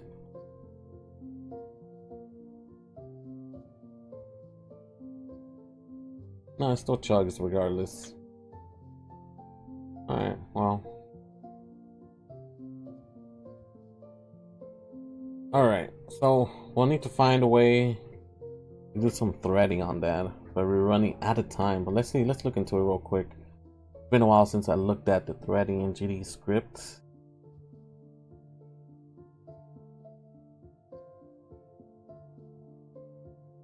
So dumb. If only that didn't clear out my points, that would have been amazing. I would have been in a good spot. Another thing I could do is that I can initialize it not in one frame. I could do it within multiple frames, because I don't really need to know it. Do I? No, it might be issues in the future. I don't know. Let's look into that. Let's create a new tab. I did threading a while ago, but I don't remember it. I don't remember how that goes. Like the function, the stuff that I need to call.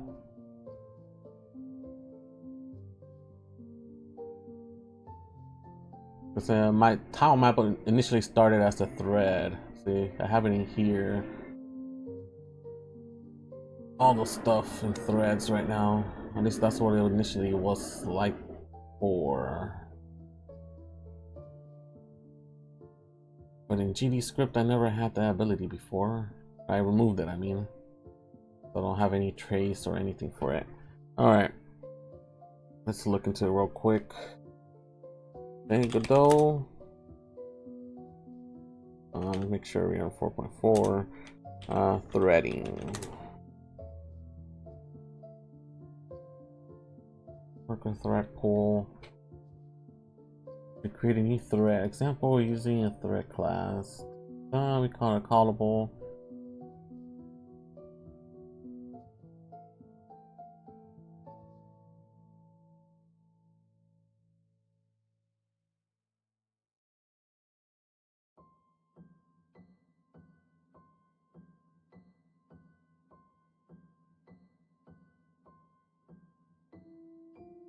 Well, let's try this example then.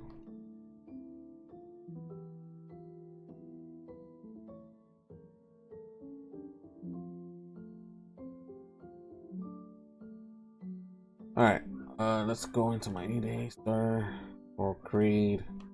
We'll test it out real quick and see how it goes. Thread. You just call it thread.new.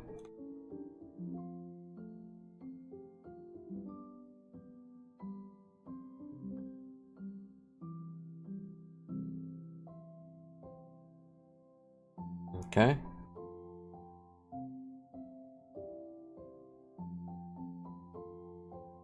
Another thing. Okay, so let's make sure the thread works first. So we can have like a start. I think I should have it starting from the beginning and never stopping it, and just have it hanging in the background until it gets a request to say, hey, it's time to update this or whatever.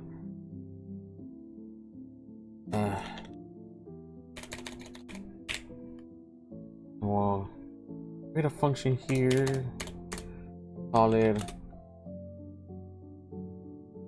threading points. For now, I'm probably create a better function for it.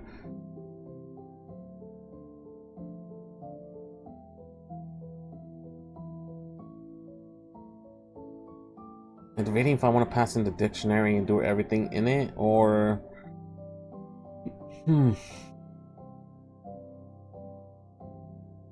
or keep that array. Let's do the array first. But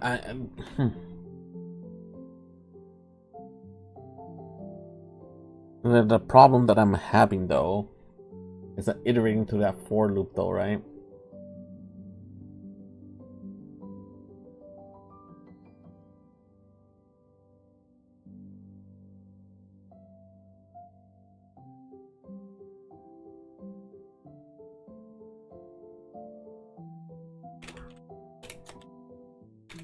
That should be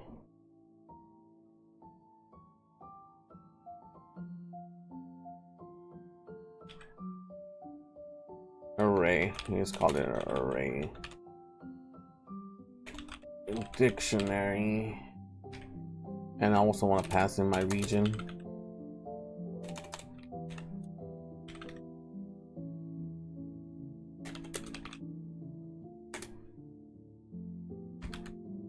And do that.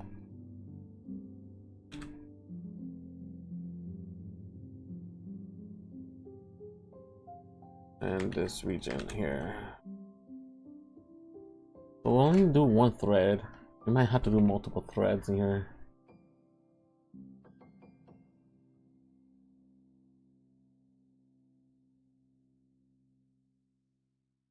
Or have it so that it gets an array and then I can pass it in here instead.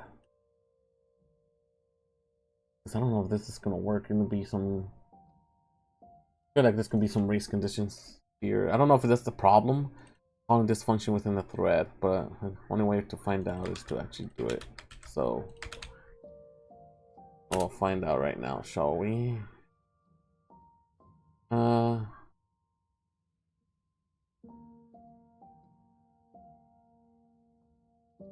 It has to be a callable instead. Callable, which passes this, and we can pass in some parameters. Well, according to this guy.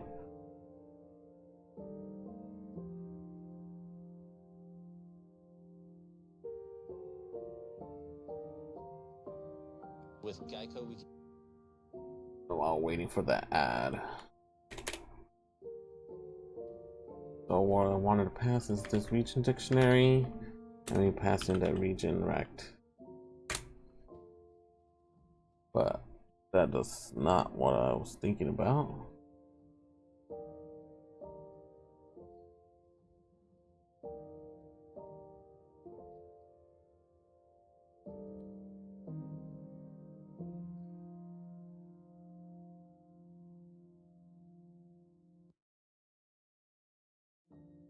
Hold on, I'm watching a video right now just to see how to pass some parameters in here.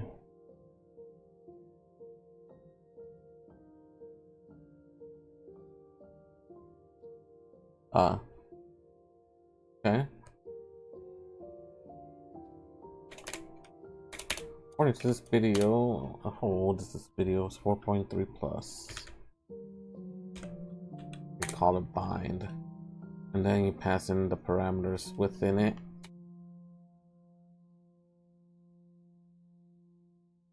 Alright. Let's try that out. So we started, and then I know it should still lag, but I just want to make sure the threading is being called.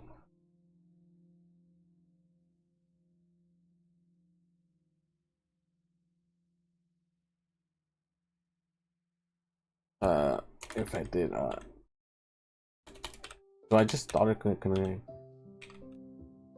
Is there something similar that we can wait for, or do we need to wait for it at all? Where did that video go?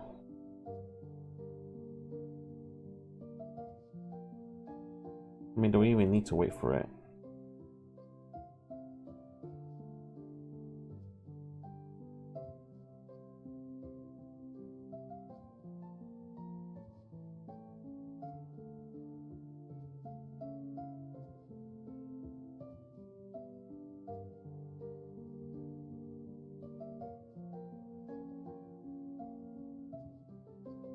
No, I mean,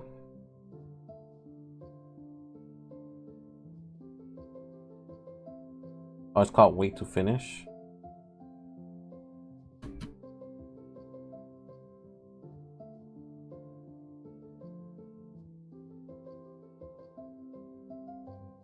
I don't even know if I need to wait for it, but this is what we're doing right now.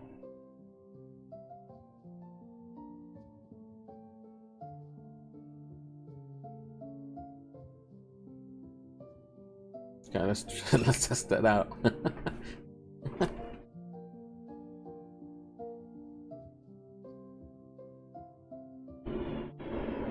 So nothing should change. It still should lag because I haven't made improvements on it. I just moved that function to be on a separate thread instead.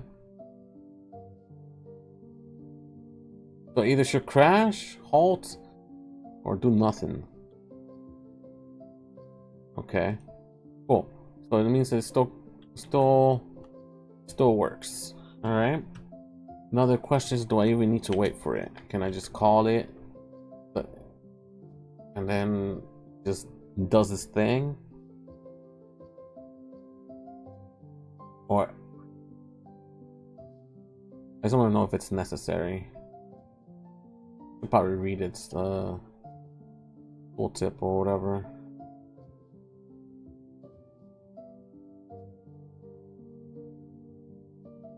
Yeah, so I need to wait for it to finish then, because all that stuff is not there no more. Alright, so I just wanted to know that was something I needed to wait for. Okay.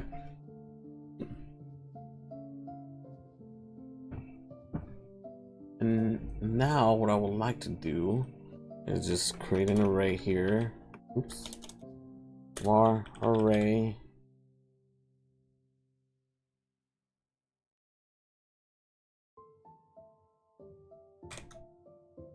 Let's make sure it's from the thread. Thread or array points.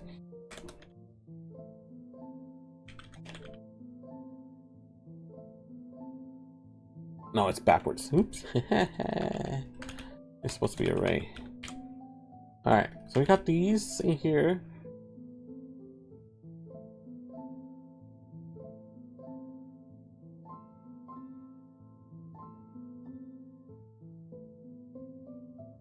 Question though, if I do a pass on here, I just want to know if the issue is me iterating through this dictionary that's making this halt.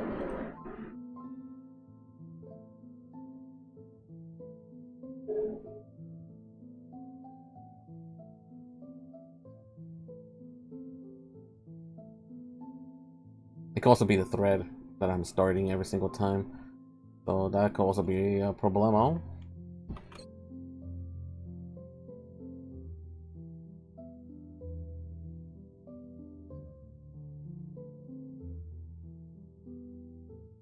Which should be fine because I didn't do anything to it. The other thing, oops,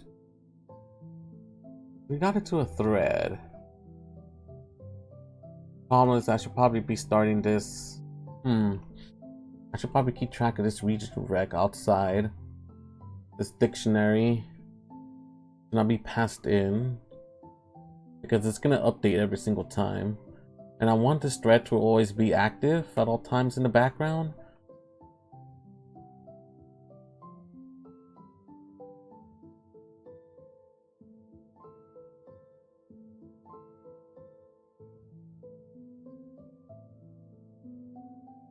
Yeah, that's something to think about. That I gotta think about after. I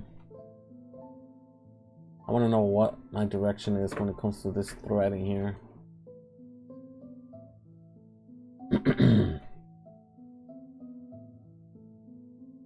Alrighty.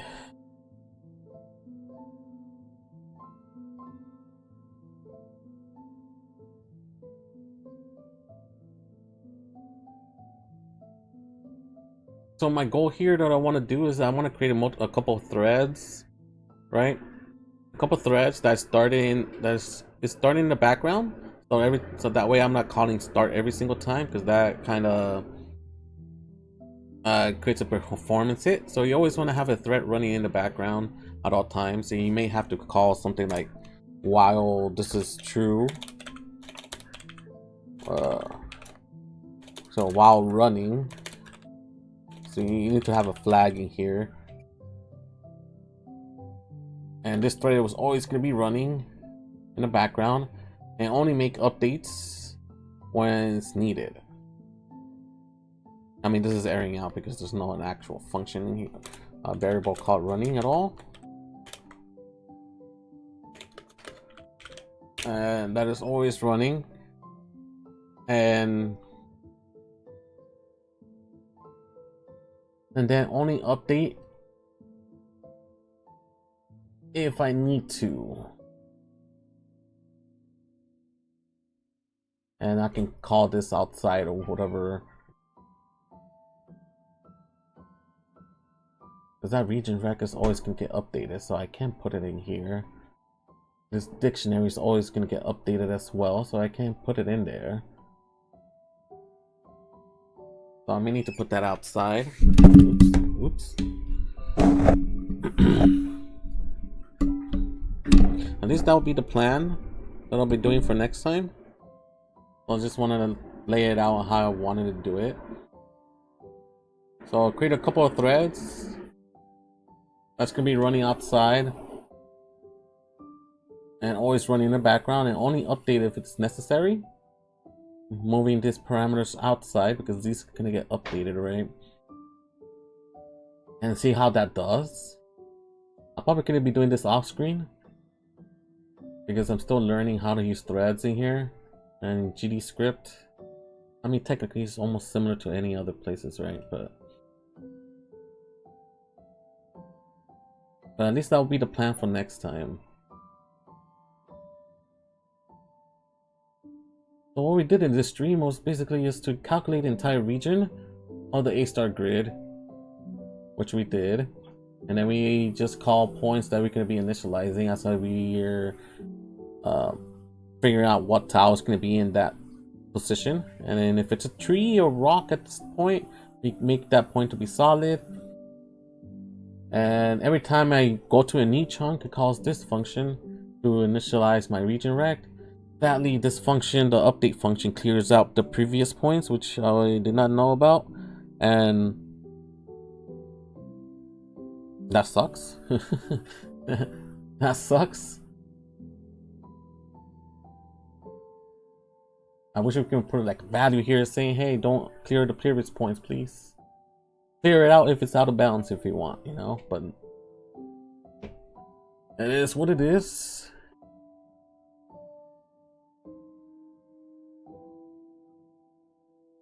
And because of that, we're doing this part where we have to do some threading to be able to iterate through all the points, the previous points, and be able to put the within the bounds in here. Okay, well, this is what we're gonna call it. So we got some stuff going on. Sadly, we still have to keep going with this performance. You know, that is development right now. But we'll see. Hopefully we can get it next time. I'll be doing a little bit off screen as well and see. Hopefully I can get it. And maybe in the next stream we could do something else. I don't know. We'll see. But anyway, guys, thank you guys for joining on this stream or watching this in the future. Thank you for being in this video. I appreciate you guys. Hope you guys have a wonderful day and wonderful night. And I'll talk to you guys later. Have a great day, guys.